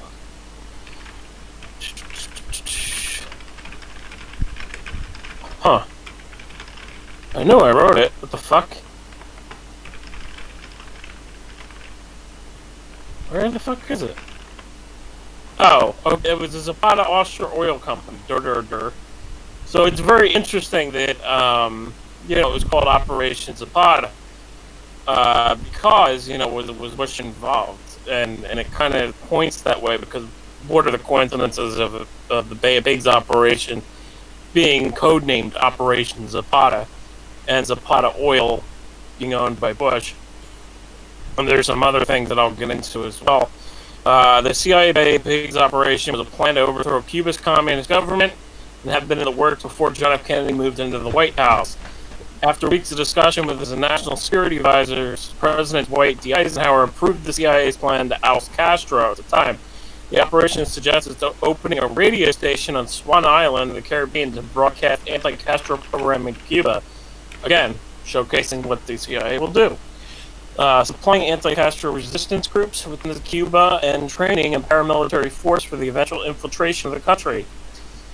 While he was still running for the presidency, Kennedy learned about the plan on July 23rd, 1960, when CIA Director Allen Dulles visited Kennedy at his family's home at Hyannis Port on Cape Cod to brief the then candidate about the anti-Castro operation. But a few weeks later, the plan changed. The CIA abandoned the idea of infiltrating the island in favor of an invasion, complete with air support to drive Castro from power. Eisenhower approved a budget of $13 million for the operation, but stipulated that no U.S. military personnel could be part of the combat force. Somehow the plan leaked to the press. On January 10th, 1961, the New York Times ran a front-page story under the headline, U.S. helped train anti-Castro force at secret Guatemalan base. On March 11, 1961, Kennedy invited CIA Director Allen Dulles and Richard Bissell, the CIA's chief of operations, to the White House. JFK wanted to know in detail the plans for the invasion of Cuba. Dulles and Bissell explained that after the U.S. aircraft had run bombing missions over the Bay of Pigs area, Cubans recruited from exile living in Miami would take the beach by storm. The CIA expected that the invasion would inspire anti-Castro Cubans to rise up and overthrow the dictator.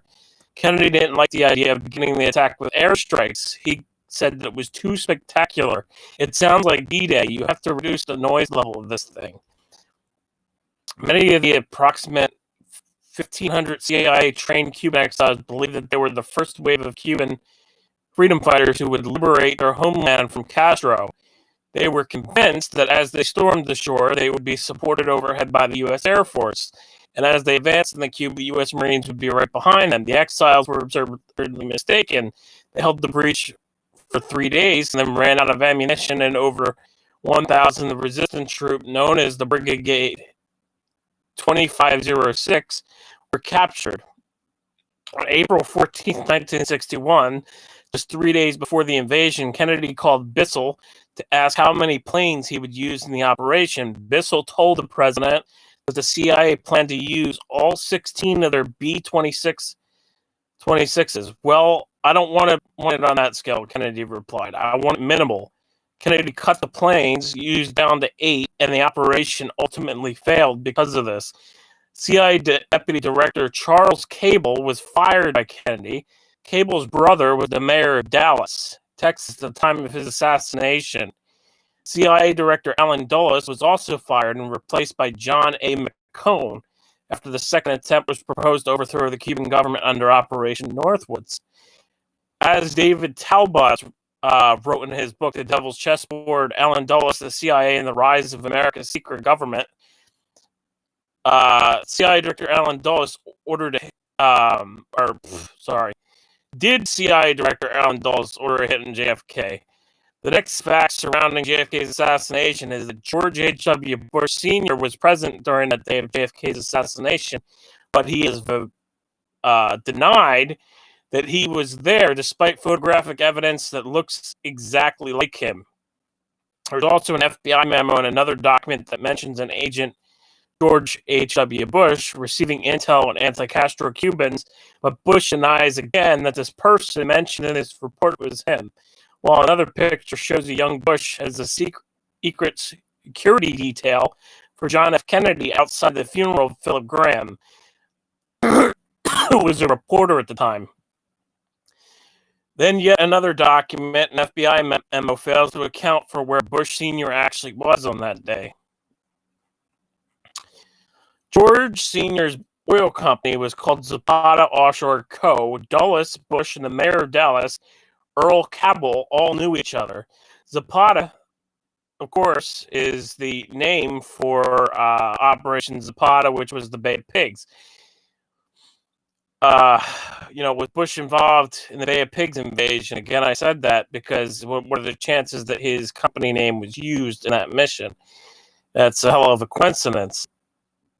In 1981, all Securities and Exchange Commission filings for Zapata Offshore Oil between 1960 and 1966 were destroyed. In other words, the year Bush became vice president, important records detailing his years at his oil drilling company just vanished. In 1969, Zapata bought the United Fruit Company of Boston, which was a company that was strongly connected to the CIA, for anybody paying attention at home. Bush later became CIA director in 1976. So, I mean, you gotta realize that all these different connections. But there's more here. Another man named Clay Shaw was involved with the intelligence community, and Shaw was in charge of the International Trade Mart. It wasn't known then, but this was another CIA front company, along with the United Fruit Company. The Shaw trial, which was sabotaged from the start, failed to have enough evidence to find Clay Shaw guilty of conspiracy charges. He was released on March 1st, 1969, and died of lung cancer in 1974. The Oliver Stone film JFK does an incredible job summarizing the trial of Shaw. Bush was CIA. Dulles once led the CIA before being fired by Kennedy, and Cabal was a CIA asset in the 1950s, while his brother, Charles Cabal, was a high-ranking CIA official until 1962, when Kennedy fired him as well. Dulles also headed the Warren Commission investigation into Kennedy assassination, despite being fired by Kennedy, and Dulles was appointed by President Lyndon B. Johnson. And, there's actually a clip of Bush Sr. laughing at JFK's shooting at Gerald Ford's funeral. I don't know if anybody's ever seen that, but it's a well-known clip. And he laughs and says, after the assassination of John F. Kennedy.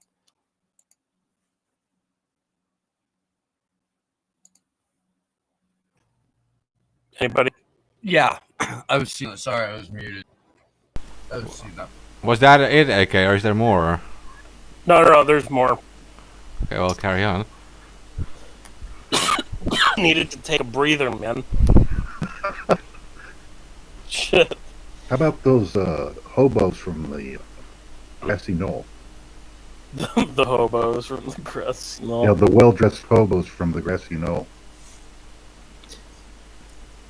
Well, I don't know about those, but I know that former CIA agent E. Howard Hunt said that CIA operatives Cord Meyer, David Morales, and William Harvey were involved as gunmen. Hunt also said that Vice President Lyndon B. Johnson and William Harvey had hired Frank Sturgis, Bernard Barker, and French Corsican gunmen. So again, there's multiple names there that were thrown around prior in a leak of information that was put out in the news in the 1970s. And there's E. Howard Hunt confessing the same names later. Now, back to Oswald, and this is more interesting information. Oswald allegedly had a CIA 201 employment file, and he was very well known to be serving in the intelligence within the Marines. And there's a very suspicious call that took place. It's called the Raleigh call. And hours before his death, Lee Harvey Oswald tried to call John Hurt, a former military counterintelligence agent in Raleigh, North Carolina, from the Dallas jail on the evening of November 23rd, 1963. And this call is very significant because it's left out of the evidence altogether, and it's only been dug up by people who've been investigating John F. Kennedy's assassination for years.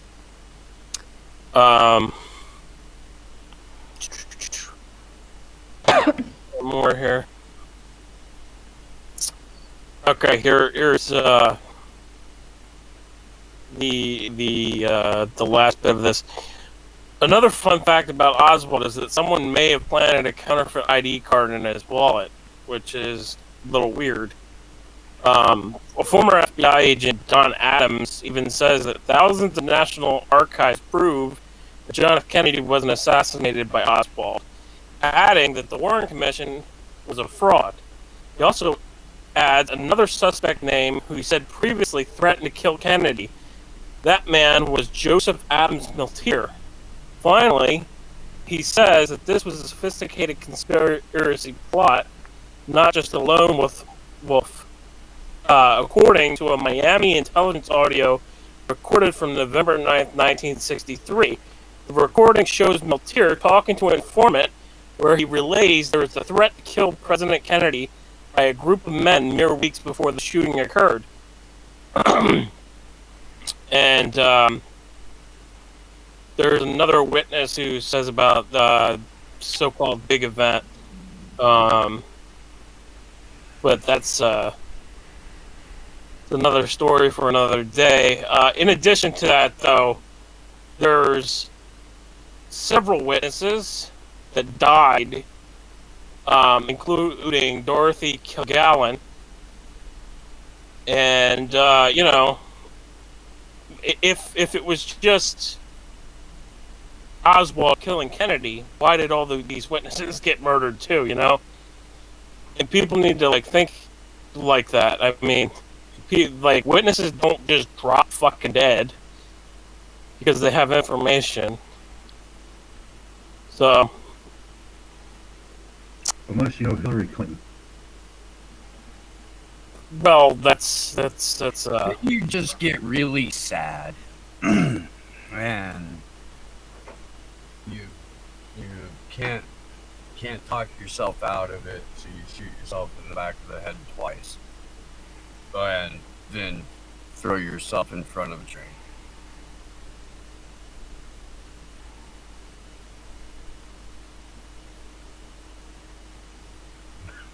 yeah. Yeah. There's more I have here. I'm trying to look for the other article at this point. Of course, okay, there's always more. Oh, yeah. You want information? You got it.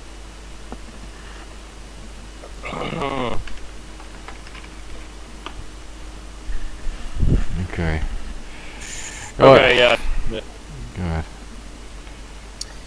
Okay, so Jack Ruby, the man who killed Lee Harvey Oswald, told an FBI informant to watch the fireworks on the day President John F. Kennedy was killed, according to new records on the National Archives released by Trump.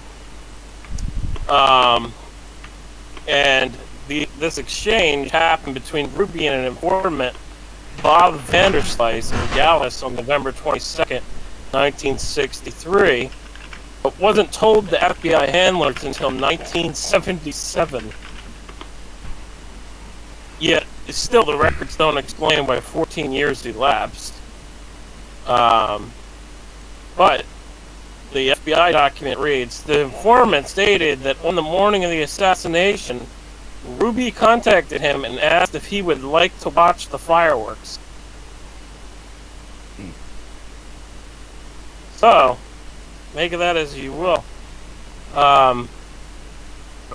Document continues. He was with Jack Ruby and standing at the corner of the Postal Annex building facing the Texas School Book Depository building at the time of the shooting. Immediately after the shooting, Ruby left and headed toward the area of the Dallas Morning News building.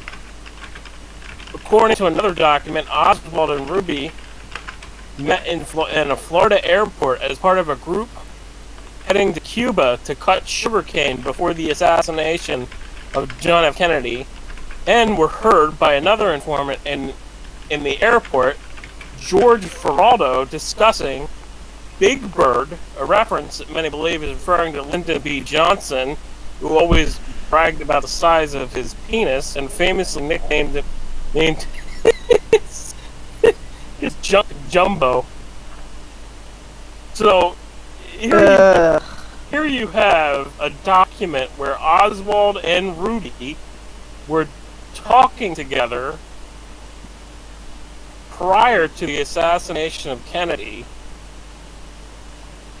in an airport in Cuba. Well, Jeff Ruby owned that bar in Dallas. I mean, I think Oswald was seen there also. And Ruby was a known, underworld figure, with the shady ties. Yeah, I'm trying to remember the names that Pasta was throwing out at us. Do you remember any of that, Glory? I remember him throwing out the names, but they haven't stuck with me as much as that fucking velour suit did. True. My man came out in a velour tracksuit and large sort of reddish glasses with product in his hair. He was ready to.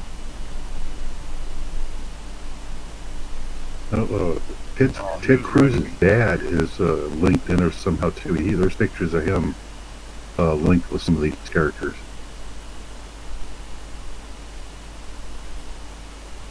Yeah, I don't know that whole angle. I just know this information, and the first stuff that I gave you was mostly just information I got from Ted when he was alive, and a lot of that was about Bush and his history with Zapata. That was all information from Ted. Let's see what else I have here. Oh, okay, yeah, this is important. So there was other warnings that were made prior to JFK's assassination. One was made to the CIA a year prior, and another was made to a British newspaper, Cambridge News, just 25 minutes before the sophisticated assassination. Oh, there's a lot of warnings where they were tipped off.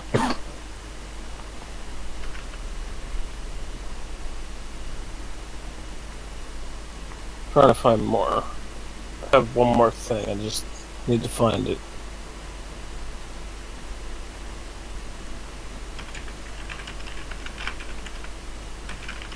I think part of the problem they had was they had pissed off quite a few different groups. I mean, you had certain union bosses mad at him. You had Castro mad at him. Who was the other one? I think Robert Kennedy had gone after some mob bosses, kind of shady too, who had helped him out, and so they had the mob after him on that. I mean, there were enough big folks that were angry at the Kennedys at the time, for something like this to happen. I mean, it's... Yeah, this is the last part that I just wanted to say. And this is very interesting information. I don't know what to think of it. A lawyer, Navy Lieutenant Commander James D. Norval, published a book, Treason, Treachery, and Deceit: The Murders of JFK, MLK, and RFK. In the book, he alleges that Oswald warned the FBI in writing in October 1963 that there was a plot afoot to shoot JFK in Chicago. I don't know if those documents exist. I have no idea. I haven't seen them. But I found his claim to be very interesting, being that he's not a crazy wacko. He's actually a fucking lawyer that was in the Navy, and he's a lieutenant commander. I mean, he's got the credentials there. I mean, if he's lying, then one thing. If he's telling the truth, that's further information that's very suspect.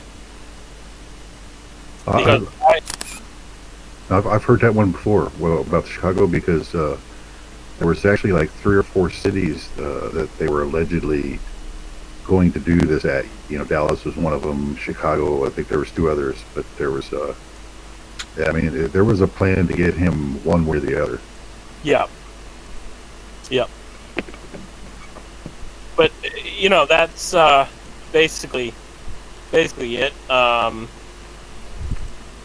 It's just that there was foreknowledge of it. There's several people who warned prior to it. There's very suspicious things going on there with Ruby and Oswald heading to Cuba. So, that's all I got.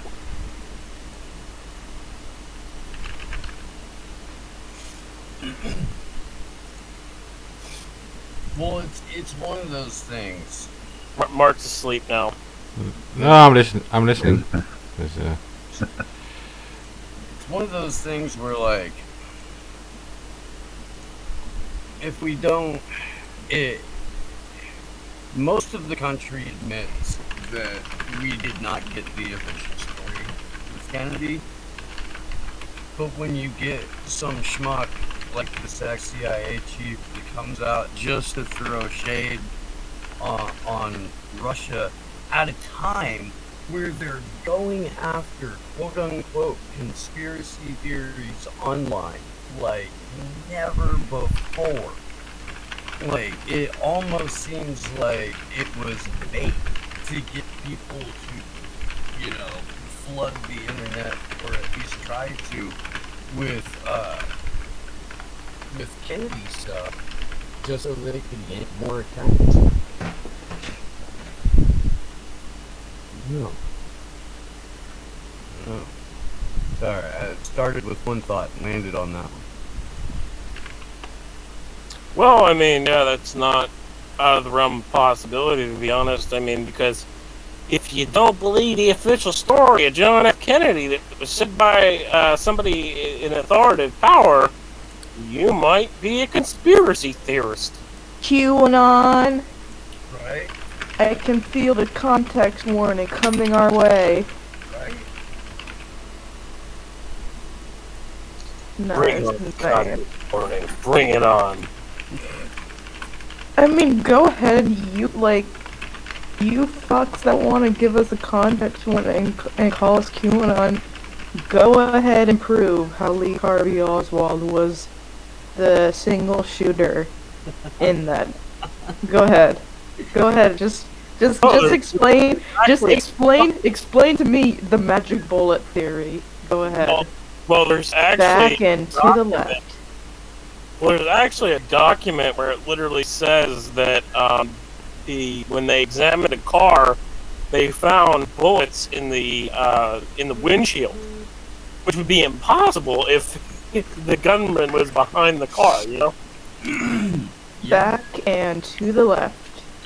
Oh, and how the fuck would the bullet bounce, kill Kennedy, and land in the, what was it, the back of the arm or the shin of the driver? I mean, come on. Use your brain. Bullet. Magic. What part of magic Yeah, bro. theory was not clear in the title? Magic. Magic. Where's your sense of wonderment? Well, they hit Connolly that day too. Right, And then yeah. there was actually another guy who was witnessing the event that caught a bullet that bounced off a curb. He caught fragments off another bullet. So there was actually 3 people that were hit that day by bullets. Wasn't aware that the last one on the curb. I had no idea about that. Oh yeah, the one on the curb that got hit by. Ah shit, I forgot which angle it was from, but I remember hearing about that. Yeah, there was more than one gunman, that's for sure. And then Oh, they yeah. shoveled that car out of the way real fast, man. There were supposed to be so many bullet holes in it that, the official story was just total shit. They had to get rid of that car. Well, I'm surprised the car didn't just self-implode itself like Building 7. Right. Right. Then all of the debris and wreckage get immediately hauled away. Never. Just have the car suddenly have a perfect symmetrical fall. It just up like in accordion. just a sudden sinkhole opens up. Nothing to see here, people. Oh, there you go, Lee. Just a sudden sinkhole. Nothing to see there. Yep. But I mean, honestly, they looked at the car. They found that there was bullet holes in the windshield, and that's reported in the report that Trump put out. So basically, conspiracy over. It was multiple gunmen, and fuck whatever that CIA guy is saying, because he's still being a CIA guy. Yeah. That's the easiest way to discredit your argument in this day and age. But hell, as a former CIA agent, I have to say, okay, good to know. Ain't nobody asked for your fucking opinion. Shut the fuck up. Go back under your rock. I thought you guys didn't slither out until it was closer to spring. Look at you, it's early. Jesus. But hey, there's a couple of them that are pushing some of these big QAnon channels. They got fucking 100,000, 500,000 views, man. Yeah, of course. What is it? Robert Steele and I don't know. I'm pretty sure the Charlie Robert Ward's David also. Steele. Yeah. Yeah, Robert Steele is just one of the big ones that has been pushing Q like nobody's fucking business. But it must. Still, by the mean, way. it seems to be what the sheep want to hear, though, because they're getting like 100,000, 500,000 views, man. It's unbelievable. Like the most trending videos out there sometimes. I mean, the sheep are just thick. Yep.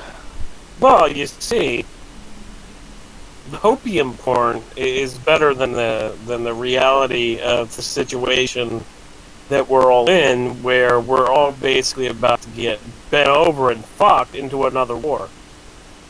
It's that heroin producing GMO corn that these motherfuckers are eating now.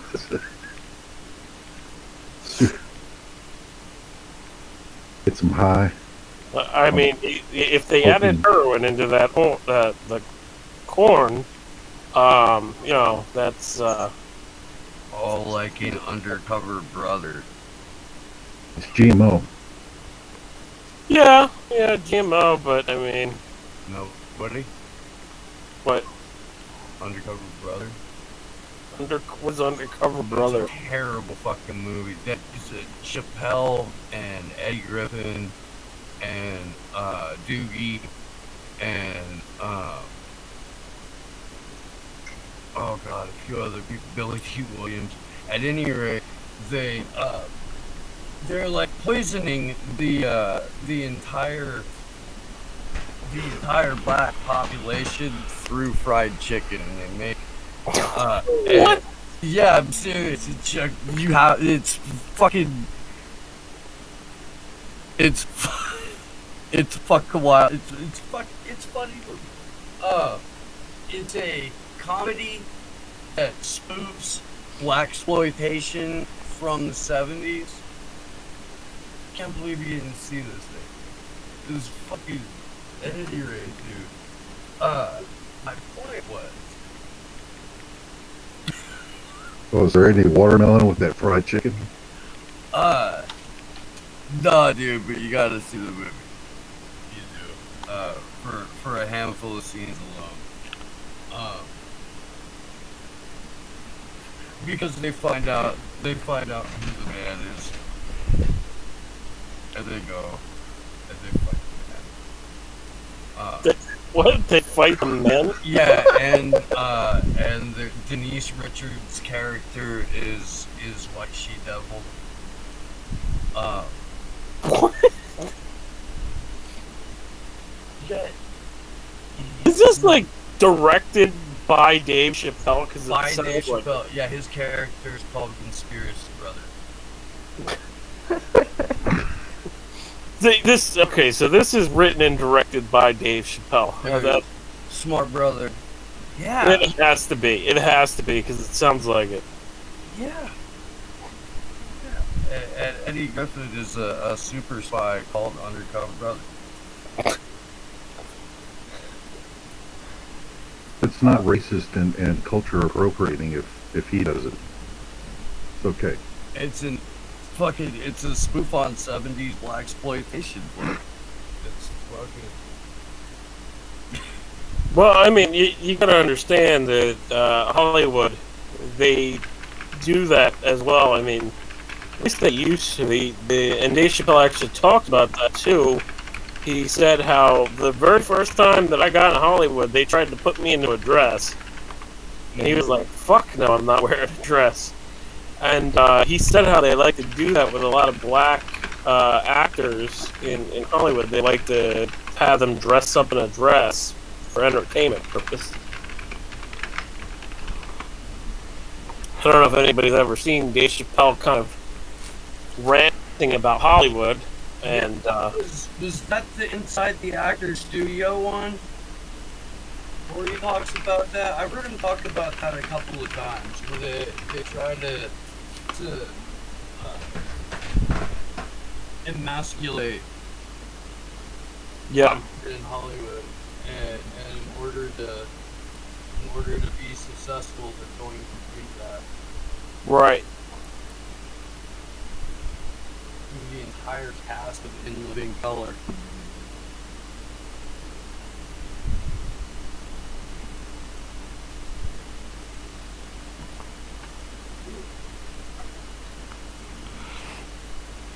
Like from the Richard Pryor show on, really. So how were they doing it through the fried chicken? I'm curious. Oh, it was a chemical thing, and it was eventually to take over the minds of the entire world, because they knew it would be successful when suburban white kids appropriated eating fried chicken and got themselves hypnotized too. But she did.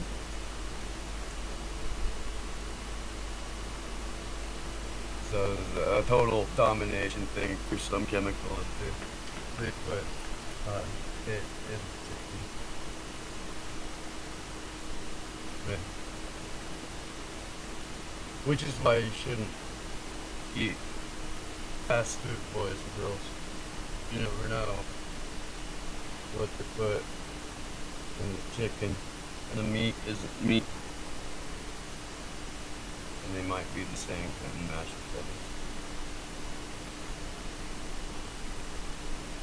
potatoes. You know, it's all kind of twisted, but I bet you there's somebody over at the CIA writing that down right now. The San Quentin mashed potatoes is a reference to a Frank Zappa song, or, well, production called Tin Fish.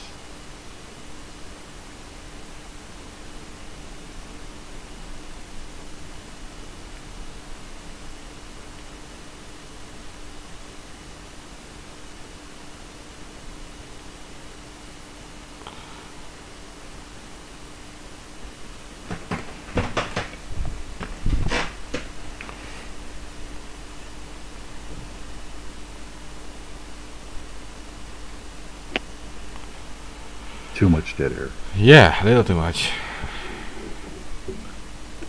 We covered the Syria subject and the whole JFK thing. With AK there. Oh shit. Man, I saw. Okay. Okay, so I don't know if this is real yet, but Amy Siskind, rainbow flag next to her name and a blue check. Assume it's a blue check liberal.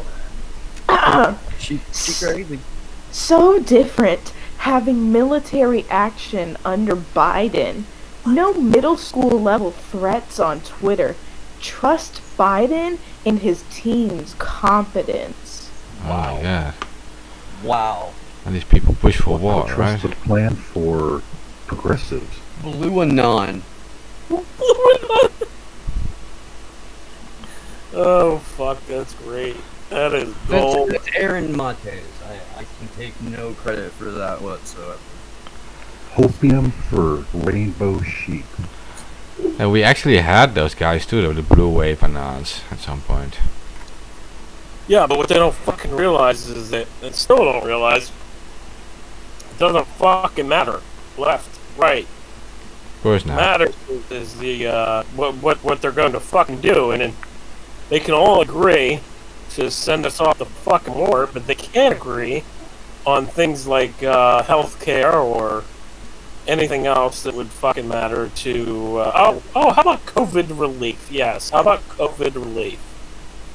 Can they agree on that yet? No. No, of course It's not. just fucking ridiculous, man. I'm so fucking sick and tired of the bullshit, double hypocritical shit. Yeah. You complain about Trump going to fucking war and putting us into a situation where, oh my god, he may put us into war and kill us all. Well, yeah, Biden's gonna do the fucking same. Well, that was why we needed Trump, because Hillary was going to get us into war with Iran, which Trump almost did anyway. So, but it's okay. It's always the double convincing and Yeah. pointing at something that you're actually doing. I mean, just the lies and deceit. That's all you get. Well, I mean, but would you expect better from our politicians? I mean, come on. Well, I expect for billions of dollars, I expect professional propaganda. I want to be so close to being bullshit that I almost fall for it. But this jock, JV level crap they pump out, man, for billions of dollars, it's sick, man. It doesn't work. So get your act together. Try to convince me. I mean, put a little work into it. No, yeah. I definitely agree with you. I mean, if you're going to sell me propaganda, god damn, I mean, you better use that money to actually make a good propaganda story and not something that is unbelievable. Make sense? Yeah. Yeah. I mean, it's Hollywood. You got all these liaison offices with Hollywood. Well, get on it, man. What's this JV level? Put Stanley Kubrick in there. Give me some, what do they call it? These fake videos now, these deep fakes. Come on, The quality of ISIS propaganda videos skyrocketed the moment the CIA started producing them. You would think they would take that professionalism and that dedication elsewhere. You would, man. It's a sad testament to the declining standards in the West overall. It's a shame. No, all you got was Johnny Jihad, some fake Brit, and a green screen, man, pointing a knife at. But that was it. He's not even a real Islamic. That's my problem. Can we get a real ISIS guy in there? I mean, we're paying these guys all kind of money. Can't they stuff in front of a green screen? Do a promo. I mean, real promo. Oh my god. Just stop. I mean, they work for us. So come on. Hey, CIA, we're in need of some more weapons and bombs. Could you hit us up? I mean, careful with that. I mean, fucking get us over entrapment. Right. I mean, if McCain can go over there and take photos in front of their headquarters, once again, that we're probably paying for, I mean, can't we get more than just that? More than just this schmuck politician who we know is selling us out and feeding us a bunch of shit? Can we get more than that? That's all I'm asking. Make it credible. Almost convince me, because I'm hard to convince. I'm very cynical. Well, I mean, they fucked us so many times. I mean, they lied about incubators in fucking Kuwait. I mean, lied about weapons of mass destruction in Iraq, and forged a report on it with Downing Street, which is the UK equivalent to basically the White House. Or no, not the White House, the State Department, I think it is, right? That's Prime Minister. We've got Downing Street, Tim Downing. So it's basically the UK equivalent to being the US State Department. But I mean, like, it's just fucking ridiculous, man. They've done so many fucking things over the years, like. Nobody should believe them by now, but still have some people. Every fucking new administration try to get into Syria, try to get into Iran. Just a never-ending fucking cycle. Yeah.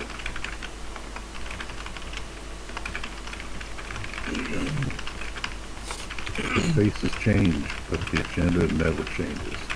But hey, don't worry, because your 2000, your 1400, your 900, your hey, we opened the country back up. Now you guys have to make good on all those moratoriums.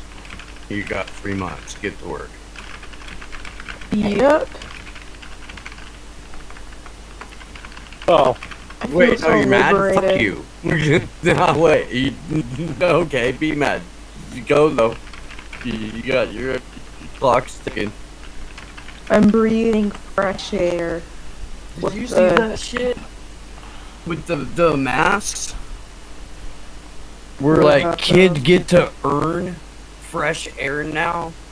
Where they can go somewhere and take their mask off for a little bit? So they can, breathe air. I mean, you can try to mask, and I'm generally nice about it too. But I mean, like, if you're gonna go out of your way to mask police me, then you can try.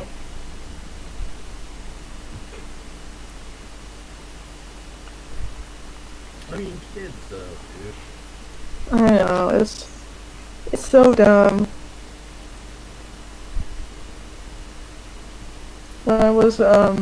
When we were en route to Portland, there was this adorable little kid, and he was all wonderment, and he didn't have a mask on or anything.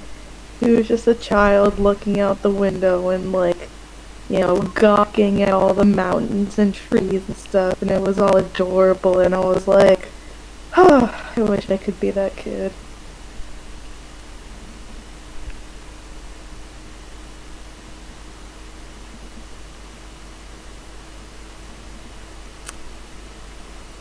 But then Oh, you, so, speaking headed of to Portland. planes, what?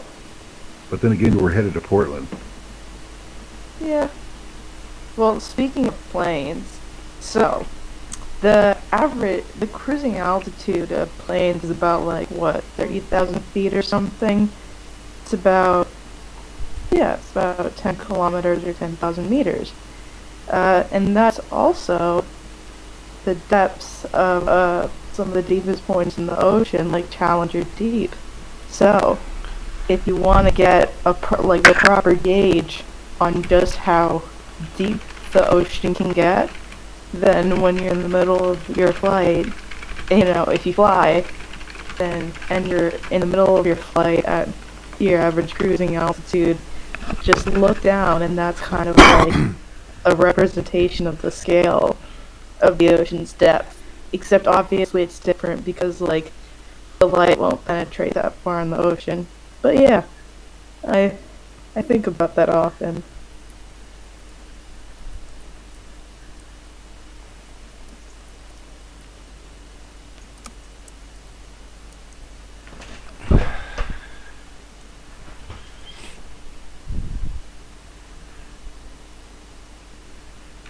We should note that they're two different.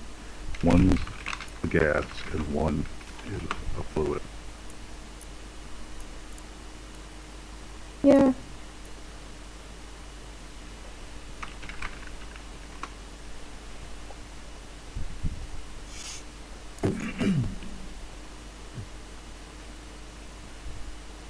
Well, when's the last time there was any kind of political upheaval in the Netherlands that politicians were shot and there was all this secret activity, something involving the royals, there was improper. I mean, always. We need a European update. I know there has to be something. Oh, shady here, but going here on is in Europe. here we had our own Kennedy event too. In that sense, I mean, we had a big politician, Pim Fortuyn, who was like leading in all the polls, and he was about to become like the prime minister. And then he was shot, and it had to do. We assume that it had to do with him not agreeing to the JSF deal with the Americans. They didn't like him so much. Because they said there was like one animal rights activist that killed him. Because he was like pro like a fur trade and whatever, like in some area. But then later on, they found like more like remains than possible. Like it said like, it was only like 2 bullets fired or something, but like on the ground they found like the leftovers of like 5 bullets or something, and like this little bullet hole in his head was like much smaller than when it would have been done from like close to him. So yeah, there's a whole conspiracy surrounding that. And then the interesting thing is that the filmmaker who wanted to make a film about that, Theo Van Gogh in English, who is actually the grandson of the painter, by the way. He was killed too, and his script was taken from his bedroom. So yeah, we have that kind of stuff too here. And When was that? I don't remember that one. well, it must be like 10 years ago or so. Uh-huh. The whole country went crazy. There was protests everywhere. Because yeah, he was the leading in all the polls, and he was looking to change things. He was anti-EU, by the way, and he was, you know, no, it's a little longer ago, 15 years or so. I was still a kid, I think. Well, it's long ago, at least. But Hey, Technojob. Can you hear me okay? oh, he's there. Yeah. So we have that too. Alamo. Politicians getting killed, stabbed. Everything happens here. And yeah, if you want to talk about the Epstein networks, yeah, all the European networks are even worse. I can tell you that. So the European royals are involved, and it is in France, it's in Netherlands, UK, Belgium, everywhere. So, and they're much older too than the US networks, right? Because, European elite is yeah. much older. So So are all the royals like that? I mean, is it every one of them, or is there any of them that are good? well, the royals, what people know is like their genetics are very bad, right? They have very bad genetics, and that's because they have like at some point they were like only interbreeding with each other, right? Like it was very hard for them to find other royals to marry to. So at some point they decided to also marry people from outside of the royal family because they literally were getting like genetic defects and stuff. If you look at the history and stuff, UK royals, Dutch royals, they all have that history. So it's very hard for them to find other royals to marry to. It's like at some point there aren't enough in your family. But does it originate? Are they all like that? Yeah. Well, they're part of this entirely different world, right? They live in a separate world, like locked off from the rest, and in that world, apparently it's more accepted. But yeah, like, it's not even. I'm not even sure if they consider us humans like them. If you know what I mean, right? So No. murdering one of us or abusing one of us, for them, maybe they don't even consider murdering or abusing a human. Like, this is a lesser human. You don't have blue blood, right? You don't know how these people think. They live in such a different world. Like, imagine them. These people can like visit. Well, actually, our guest from yesterday actually explained it very well. How these elites think. They can visit a restaurant and they don't have to pay, right? It happens behind the scenes, right? They go to certain parties where only their people are invited, and they have certain rituals and all these things where they're very used to, which are very old. And yeah, they consider themselves like godlike above us. Yeah. And yeah, well, you have these examples: Prince Charles with Jimmy Savile connections, and then Prince Andrew with Epstein. Oh, it's not just with the royals. Jimmy Savile was tight with Ted Heath too. Yeah, well, he was at some point. He was one of the most, well, yeah, respected comedians, right, in that entire scene. And everyone wanted to hang around him, but everyone already knew what he kind of was doing. So that's the thing. In that world, everyone already knew it. with Epstein. Same with Harvey Weinstein. Everybody fucking knows. Yeah, with Weinstein. Nobody fucking says anything because power. Yeah, well, with Weinstein, everyone knew already. But it was like everyone knew about the casting couch and stuff. That they would have sex with young actresses and stuff first before accepting them in their movies. This was going on. These rumors were there for so long before they started speaking out about it. And everyone already assumed that was going on. And yeah.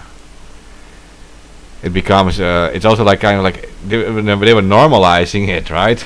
Like, so you have these rich billionaires, whatever, who made it in that scene, who like produce all the movies. Yeah, then you have some upcoming young actors who wants to be famous in all those movies. It's automatically assumed that she's giving like dirty favors in return for that. Like, and that's the thing, right? It becomes what is it, like how do you call it, a public secret? Yeah. It's very dirty, of course, but, you know, it's just and these organizations are so powerful, right? The Weinstein too, it has connections everywhere, with all the filmmakers too, so it's not just him, like there's all the filmmakers were involved with that too. They're being left out now, but these networks are far bigger than people think. You see, they have the whole Disney situation too. What happens there is also not always very clean. You know that. But that's not out yet and stuff, and you get like you get pushed a lot of lawsuits against you, libel lawsuits. Wait. For what? You remember the Disney situation? There's a lot of pedophiles in Disney. Yeah, but most of these stories have been made pedophile.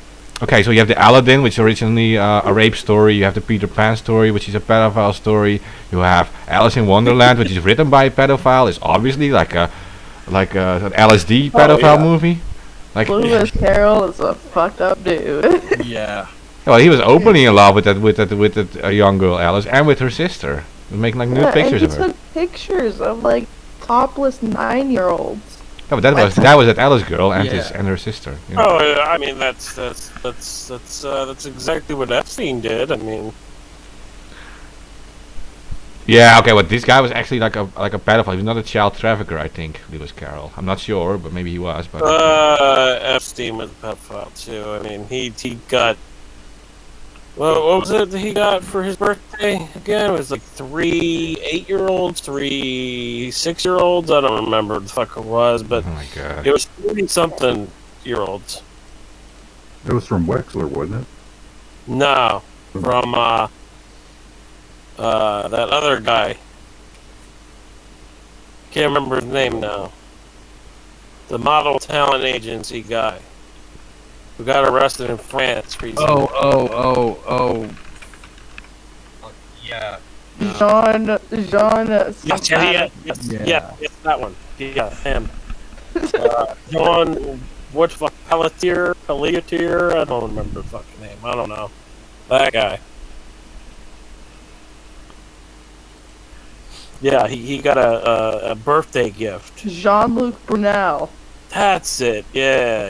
I always forget the rest of it. I just know it's fucking. Yeah, I did too. It's fucking Jean and then something French sounding. Hey, Kay, did you look into that Dr. Phil episode I told you about? Yeah, I knew about that like a long time ago, man. Like, and after they aired that episode, it got banned in the Netherlands. I knew about that. Yeah, I wrote about that when it happened. Okay, well, yeah, for listeners, there was this lady on the Dr. Phil show, and she was saying she was trafficked as a child, and she was put with these other kids on like what was it, like a ranch or an island or something, and these elites were like chasing them with horses and stuff. Yeah, and these elites were chasing them with horses and stuff and sexually abusing them. And literally, they did like a hunting game, chasing these kids and stuff. Yeah, I was gonna say, they literally hunted them on an island. Yeah. so they said. I don't think it was an island. I honestly think it was Epstein's ranch in Mexico. I don't think it was an island. Yeah, as he mentioned all these specific names of these people, but okay. So at first you thought like, okay, maybe she has a little too much of fantasy. She's probably a victim, but she's like making up stuff. But then the episodes got banned everywhere, right? Yeah. And that was like the trigger moment. You think like, okay, she did mention a few very powerful people, and why would these people? Why would suddenly the Dr. Phil show, which was like was it on air at our media for like 20 years or something? It's always been on air, and suddenly it gets banned and it's never aired again.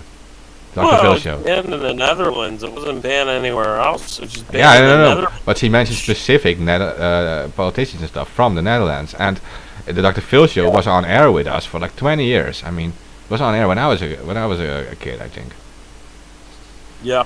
And now, I kind of thought that was talking about Epstein's Island, but I've heard of another island where there's some potential stuff going on. yeah, that, And it's around it's around the UK. I don't remember what it is off the top of my head. If I looked at a map, I could find it, but it's over that way. So that might be what she's actually talking about. I don't know. Or she's talking about another island that is in the Caribbean, where it very recently, probably sometime last year, they talked about it was it's an elite orgy island. They said. I can't remember the name of that one either. But regardless of that fact, there's several islands that where these types of activities supposedly go on. So to know what island she was talking about when talking about human trafficking and being held against her will, this and that, and all that, it's near impossible. So I don't know. She was very convinced of it. Well, I thought it was Epstein at first. The way she described the ranch and everything, I thought it was Epstein's ranch.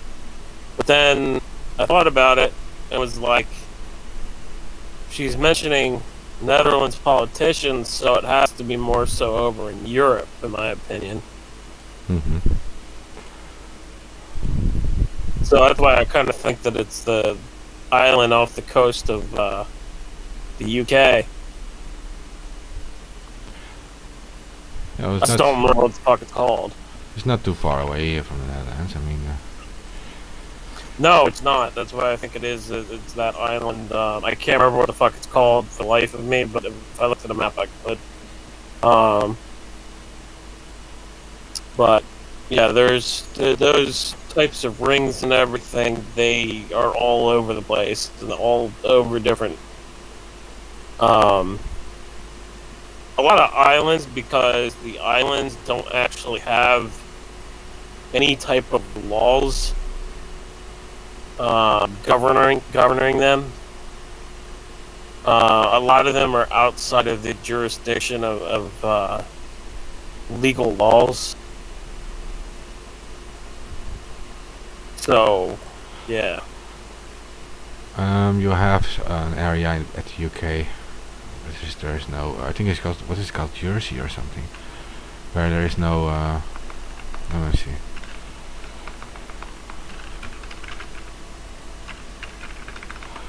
There's different laws there.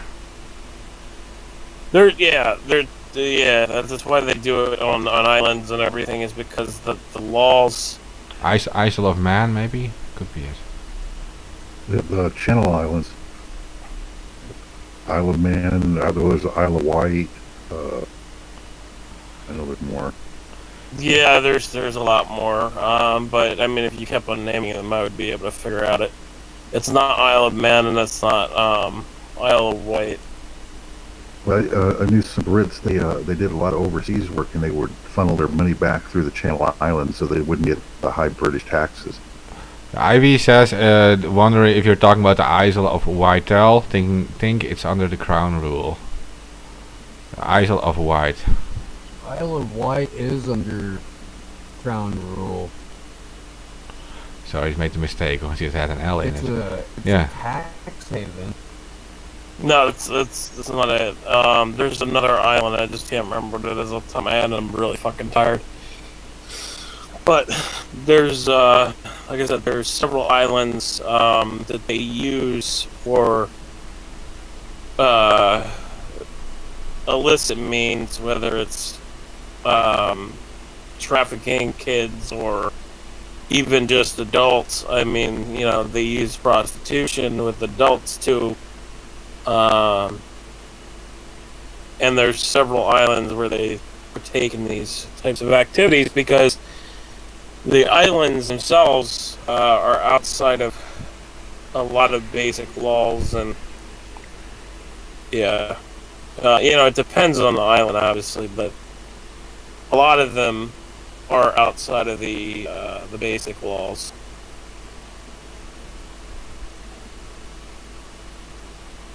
Same thing as like third world countries. There's some third world countries where they don't even have a legal age.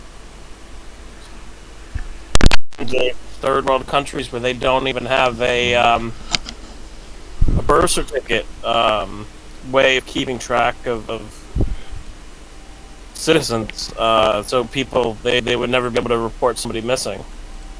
Yeah, okay, this is the shit they do. Yeah. Yeah.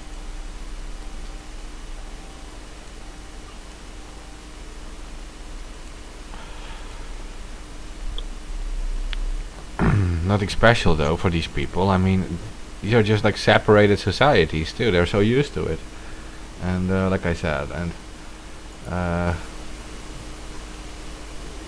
yeah, it's very difficult to explain that. I think like, it's a different world, right? Yeah. And there's also a power thing. It's not only sexual, right? It has to do with power. That you are able to do anything with these people that you want because you are like above these people. Well, these genocidal actions around the world.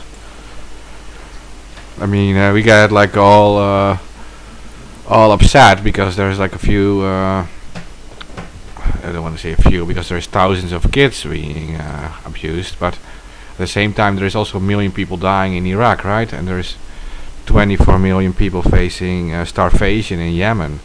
But these people are also responsible for that.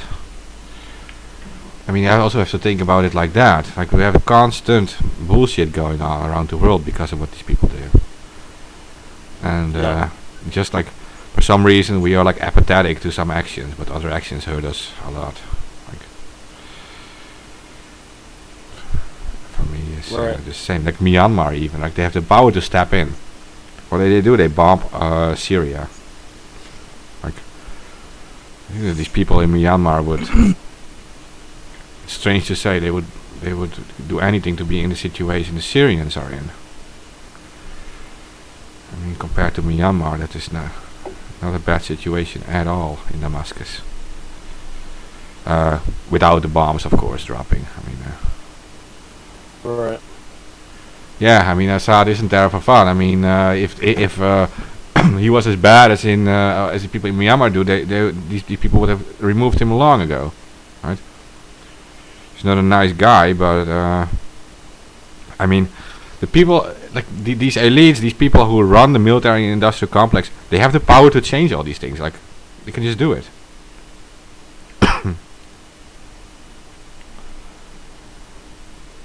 Like,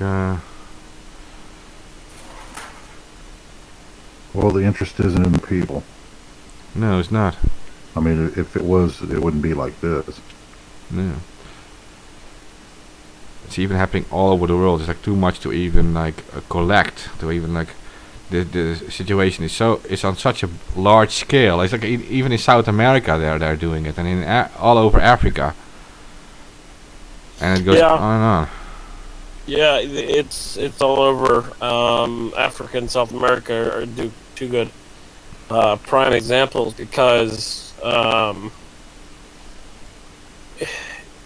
it's poor areas, and they use the poor areas to infiltrate and um, essentially kidnap the children. I mean, they take advantage of them, and they try to also say that they're going to give them food or something like that. I mean, they make these deals for illicit sex. So I mean, like it's how all that works. I mean, Yeah. Yeah, I imagine that in some areas in there is also like child armies and stuff, like child soldiers. And if you look at Ivory Coast, for example, or Niger, not Nigeria, that the people actually work like children work there on like chocolate farms and stuff, right? They harvest chocolate so we can. They do it for nothing, so we can buy expensive chocolate in supermarkets. right? Yeah, that's slave labor. Slave labor, yeah. And they get beaten up if they don't work hard enough and stuff. So Well, yeah. I mean, that's similar to what China does for manufacturing. I mean, they work kids in a sweatshop basically, and yeah, it's fucked up, but they do that. So Yeah, yeah. These children are kind of, yeah, in that sense they are treated as adults, right? They're used to it. They work in sweatshops and they have no protections. Like children have like protections here, right? You can't just make them. You can just put them to work or whatever, and yeah, but they don't have those protections there. They're treated like adults. They're fit to be in the army at like 8 years old. yeah, I'm like about to pass out, man. I'm like dead tired. So I'm gonna jump off. You guys have a good night. Hey, have a good one, man. All right. I'm not too far behind. Later. Have a good one. Okay, well we can finish it off. I mean, we're doing these long shows every night these days, so Been cranking them out. yeah, it's been 3 hours again. Thank you. Hey. It wouldn't be ABB without long show. No, that is true. That's true. Well, at least we can talk about everything then, right? And not like push everything in like half an hour. Yeah, there's something to be said about long form conversations. Yeah. I think it's necessary. Yeah, like I said it early on when AK was like it's almost starting with this JFK thing, that some people, yeah, they retain the information better if they listen to it than when they read it. So sometimes Oh, for sure. yeah, so sometimes it's useful that when someone just gives it all with audio. But yeah, for me it's 9 in the morning too, so yeah. Do you ever sleep? You know, I try to, but lately no, not so much. But Well, I always see you. I always see you around too. I don't know sure how much you sleep, but I think we have this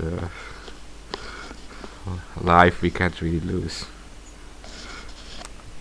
Some point. yeah, I like to sleep, but like lately I haven't been getting early enough. I get it. Yeah.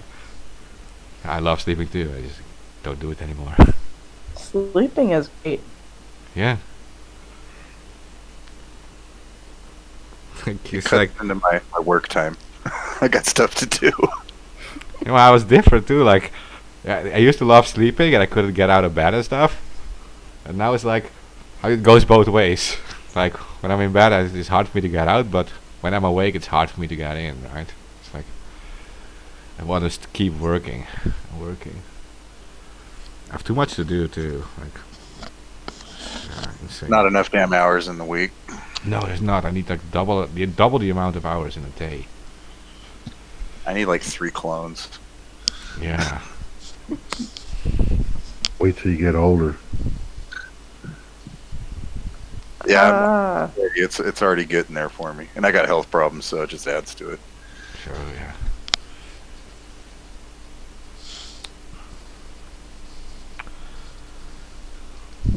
Do you have a glass? Do you have glasses already, Josh? Oh yeah, 100%. I might need those too. Like one of my eyes, like it starts twitching after a while. Behind the computer, it's so bad. Yeah, computers destroy your eyes, dude. It's Yeah, yeah. It does. I don't have like I wear the glasses that I do on stream, but those are just like the blue light glasses, so I don't get fucking so I don't wreck my eyes and get headaches and shit. Yeah, smart. Smart to do that already now at your age. You'll never get it. Yeah. Start early. Yeah. Yeah, you should. Okay, well, we'll just finish it off.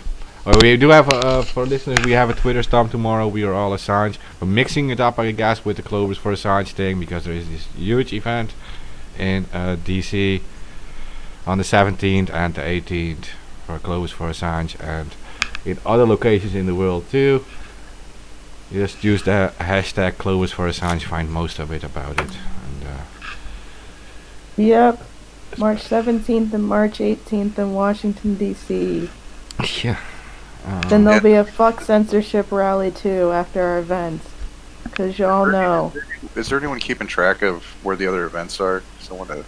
Hey, I have that domain cloversforassange.com. I have to put like an event list on it. Okay. But for now, I only have the two events. I mean, will have one in Amsterdam, and in DC we will have one. There will be one too. But I know. Then there may be one in Denver. There's definitely one in Boston. We're talking. I've got messages out to the Free Assange New York City group. A couple of the people from there. London will have one. There's a of couple course. cities in Australia that will have one. Paris usually does. Berlin usually does. Mexico City. Well, Jill can just organize it from in Paris from the Gilles Jean. She can do it. He's always in the Assange stuff. Yes. Yeah, sure. Let's do that. He was complaining again today because another Anon account was censored. Anon News US lost his account, entirely suspended, of course. That one was posting about the Myanmar situation and releasing some hacks, information collected from hacks, and it lost the account. So I saw he was active, and I'll just talk to him. They're taking accounts for that now too. Yeah. Yeah. Oh, they're picking them out, I think. Like some bigger influencers are taking them out. That one was pretty active, so So they going for Gray Zone next? probably. No, They shut down Robert F. Kennedy. They're good. Did for- they? Huh? They shut down RFK over that shit? The vaccine over, I think he got Children's Health Defense, yeah. Huh. Sad story. And that got leaked on Facebook. I don't know. It probably did on Twitter too. Dude, these assholes are making me root for a Kennedy. What the hell?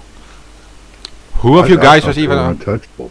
Who of you guys was on Facebook? I heard like a Facebook sound. It's not me. I have a Facebook account still, but I never use it. I deleted Facebook last year. Fuck Facebook. Okay. I remember that sound. It's like this trigger sound. It's stuck in my head still from when I was there, like years ago. Yeah, I don't. I log in there to make sure, like, probably once every 2 to 3 months to see if anyone died, and that's it. Oh yeah. The useless platform. I want to get off Twitter too, Yeah. though. Yeah, that's my next move once I get this. It's gonna happen. Hey, how far are we? Are we like on like? I had to seven? take a day off because I had to do some crap around the house, but I've started working on the test harness. So once I get that, then I can start sicking other people on some of the tasks. Okay. So I want to get the unit tests all set up so that nothing breaks when they start monkeying around in there. Yeah. We good. Okay.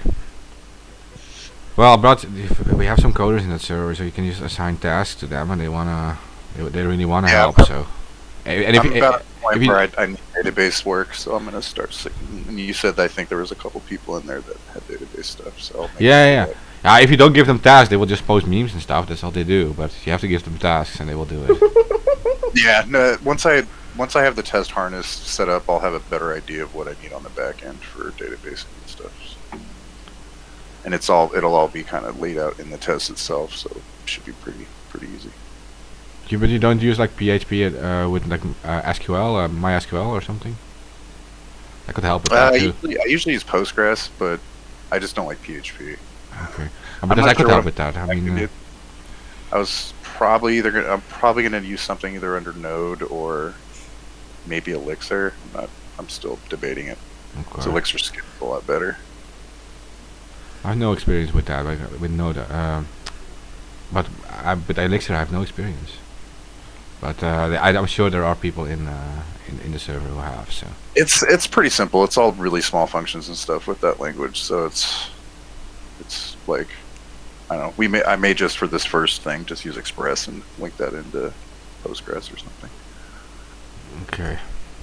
Yeah. Well. or MySQL or whatever the hell we use. Okay. Well, I have experience with that. I can help with that too. Well, we have coders added. I think like 10 coders or something are there now. So, Yeah, I'm definitely gonna list their help on the back end work. 'Cause I hate doing that shit. yeah. So, and if you're listening and you're you're a coder, you're always welcome to join in with this open source project. So just reach out to. Yeah, and I'm Man. setting up almost done with the wiki page that kind of gives people some like tutorials and stuff on what I'm using and all that, so they can get up to speed pretty quick. Hmm. I'll throw that in the Discord. Yeah. Okay. So even if you're not really interested in whatever project you're making, you could be interested in learning. And Yeah. Yeah. I'm always willing to help people out, learn stuff, because we need more programmers that don't suck. Because most of the ones coming to college are terrible. Or they're money hungry, right? Yeah. We need Yeah. we need more in the activist world, building great stuff. Last time I had to find a programmer, like I interviewed 14 people, and 13 of them couldn't tell me what a hash was. Okay. Well, that's Like a key store pair. Like they couldn't tell me. Like they didn't know. I was like, "Are you fucking kidding me?" yeah. What did you mean? Cool. Yeah, that's what I mean, and that's why that's why the pigs always try to recruit people in the black hat community, right? Because 100%. yeah, because it's yeah, well, we actually love what they're doing too, right? That's like you learn the coding because you love it. Yeah, I mean, I learned all from books and stuff. I mean, I knew C by the time I was 12. That's what I mean, and that's So yeah, if you like the only programmers I know that are younger that are really really good, they do it like on their spare time, like because they like doing it. Yeah. I used to do BASIC as a kid, right? Make these games. Yeah, it was very easy to make games in it, and it was just it's very easy language for kids to learn. Yeah, that's what I first started with. I started when I was like 10, 8, something like that. Aww. My grandmother knew it, so like she taught me. It was cool. So that these old Commodore games and stuff are all made in BASIC. Yeah. Yeah. Yeah, man, my grandmother was doing fucking Fortran on punch cards. Yeah.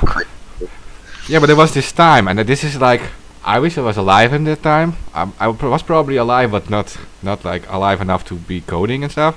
That you had this time where they were all coding in BASIC, when all they did was there was these magazines in stores that had like the codes on the back of the magazine or like on a page. Oh, dude, those are great.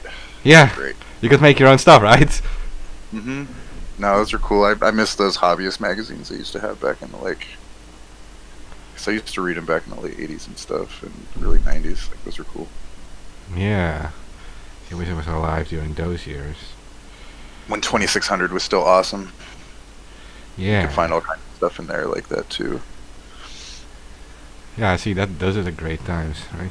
You could make your The own. good old days. I had a cousin who had a Commodore. We would play all the time on it, but I wouldn't even think of making any games back then. That Are was we 5 years. still live? Yeah. Oh, okay. We probably end it. Okay, guys. We have the. Give some nerd talk. Sorry about that, guys. It's alright. It's weird that we are on a Nerds. nerd show, but we're like self-conscious about doing nerd talk about actual coding and stuff, which is weird. Never be self-conscious about that. Nerds are the best. It's true. Okay, that's a good ending. Time for the anonymous PSA. Make sure you spay and neuter all your politicians.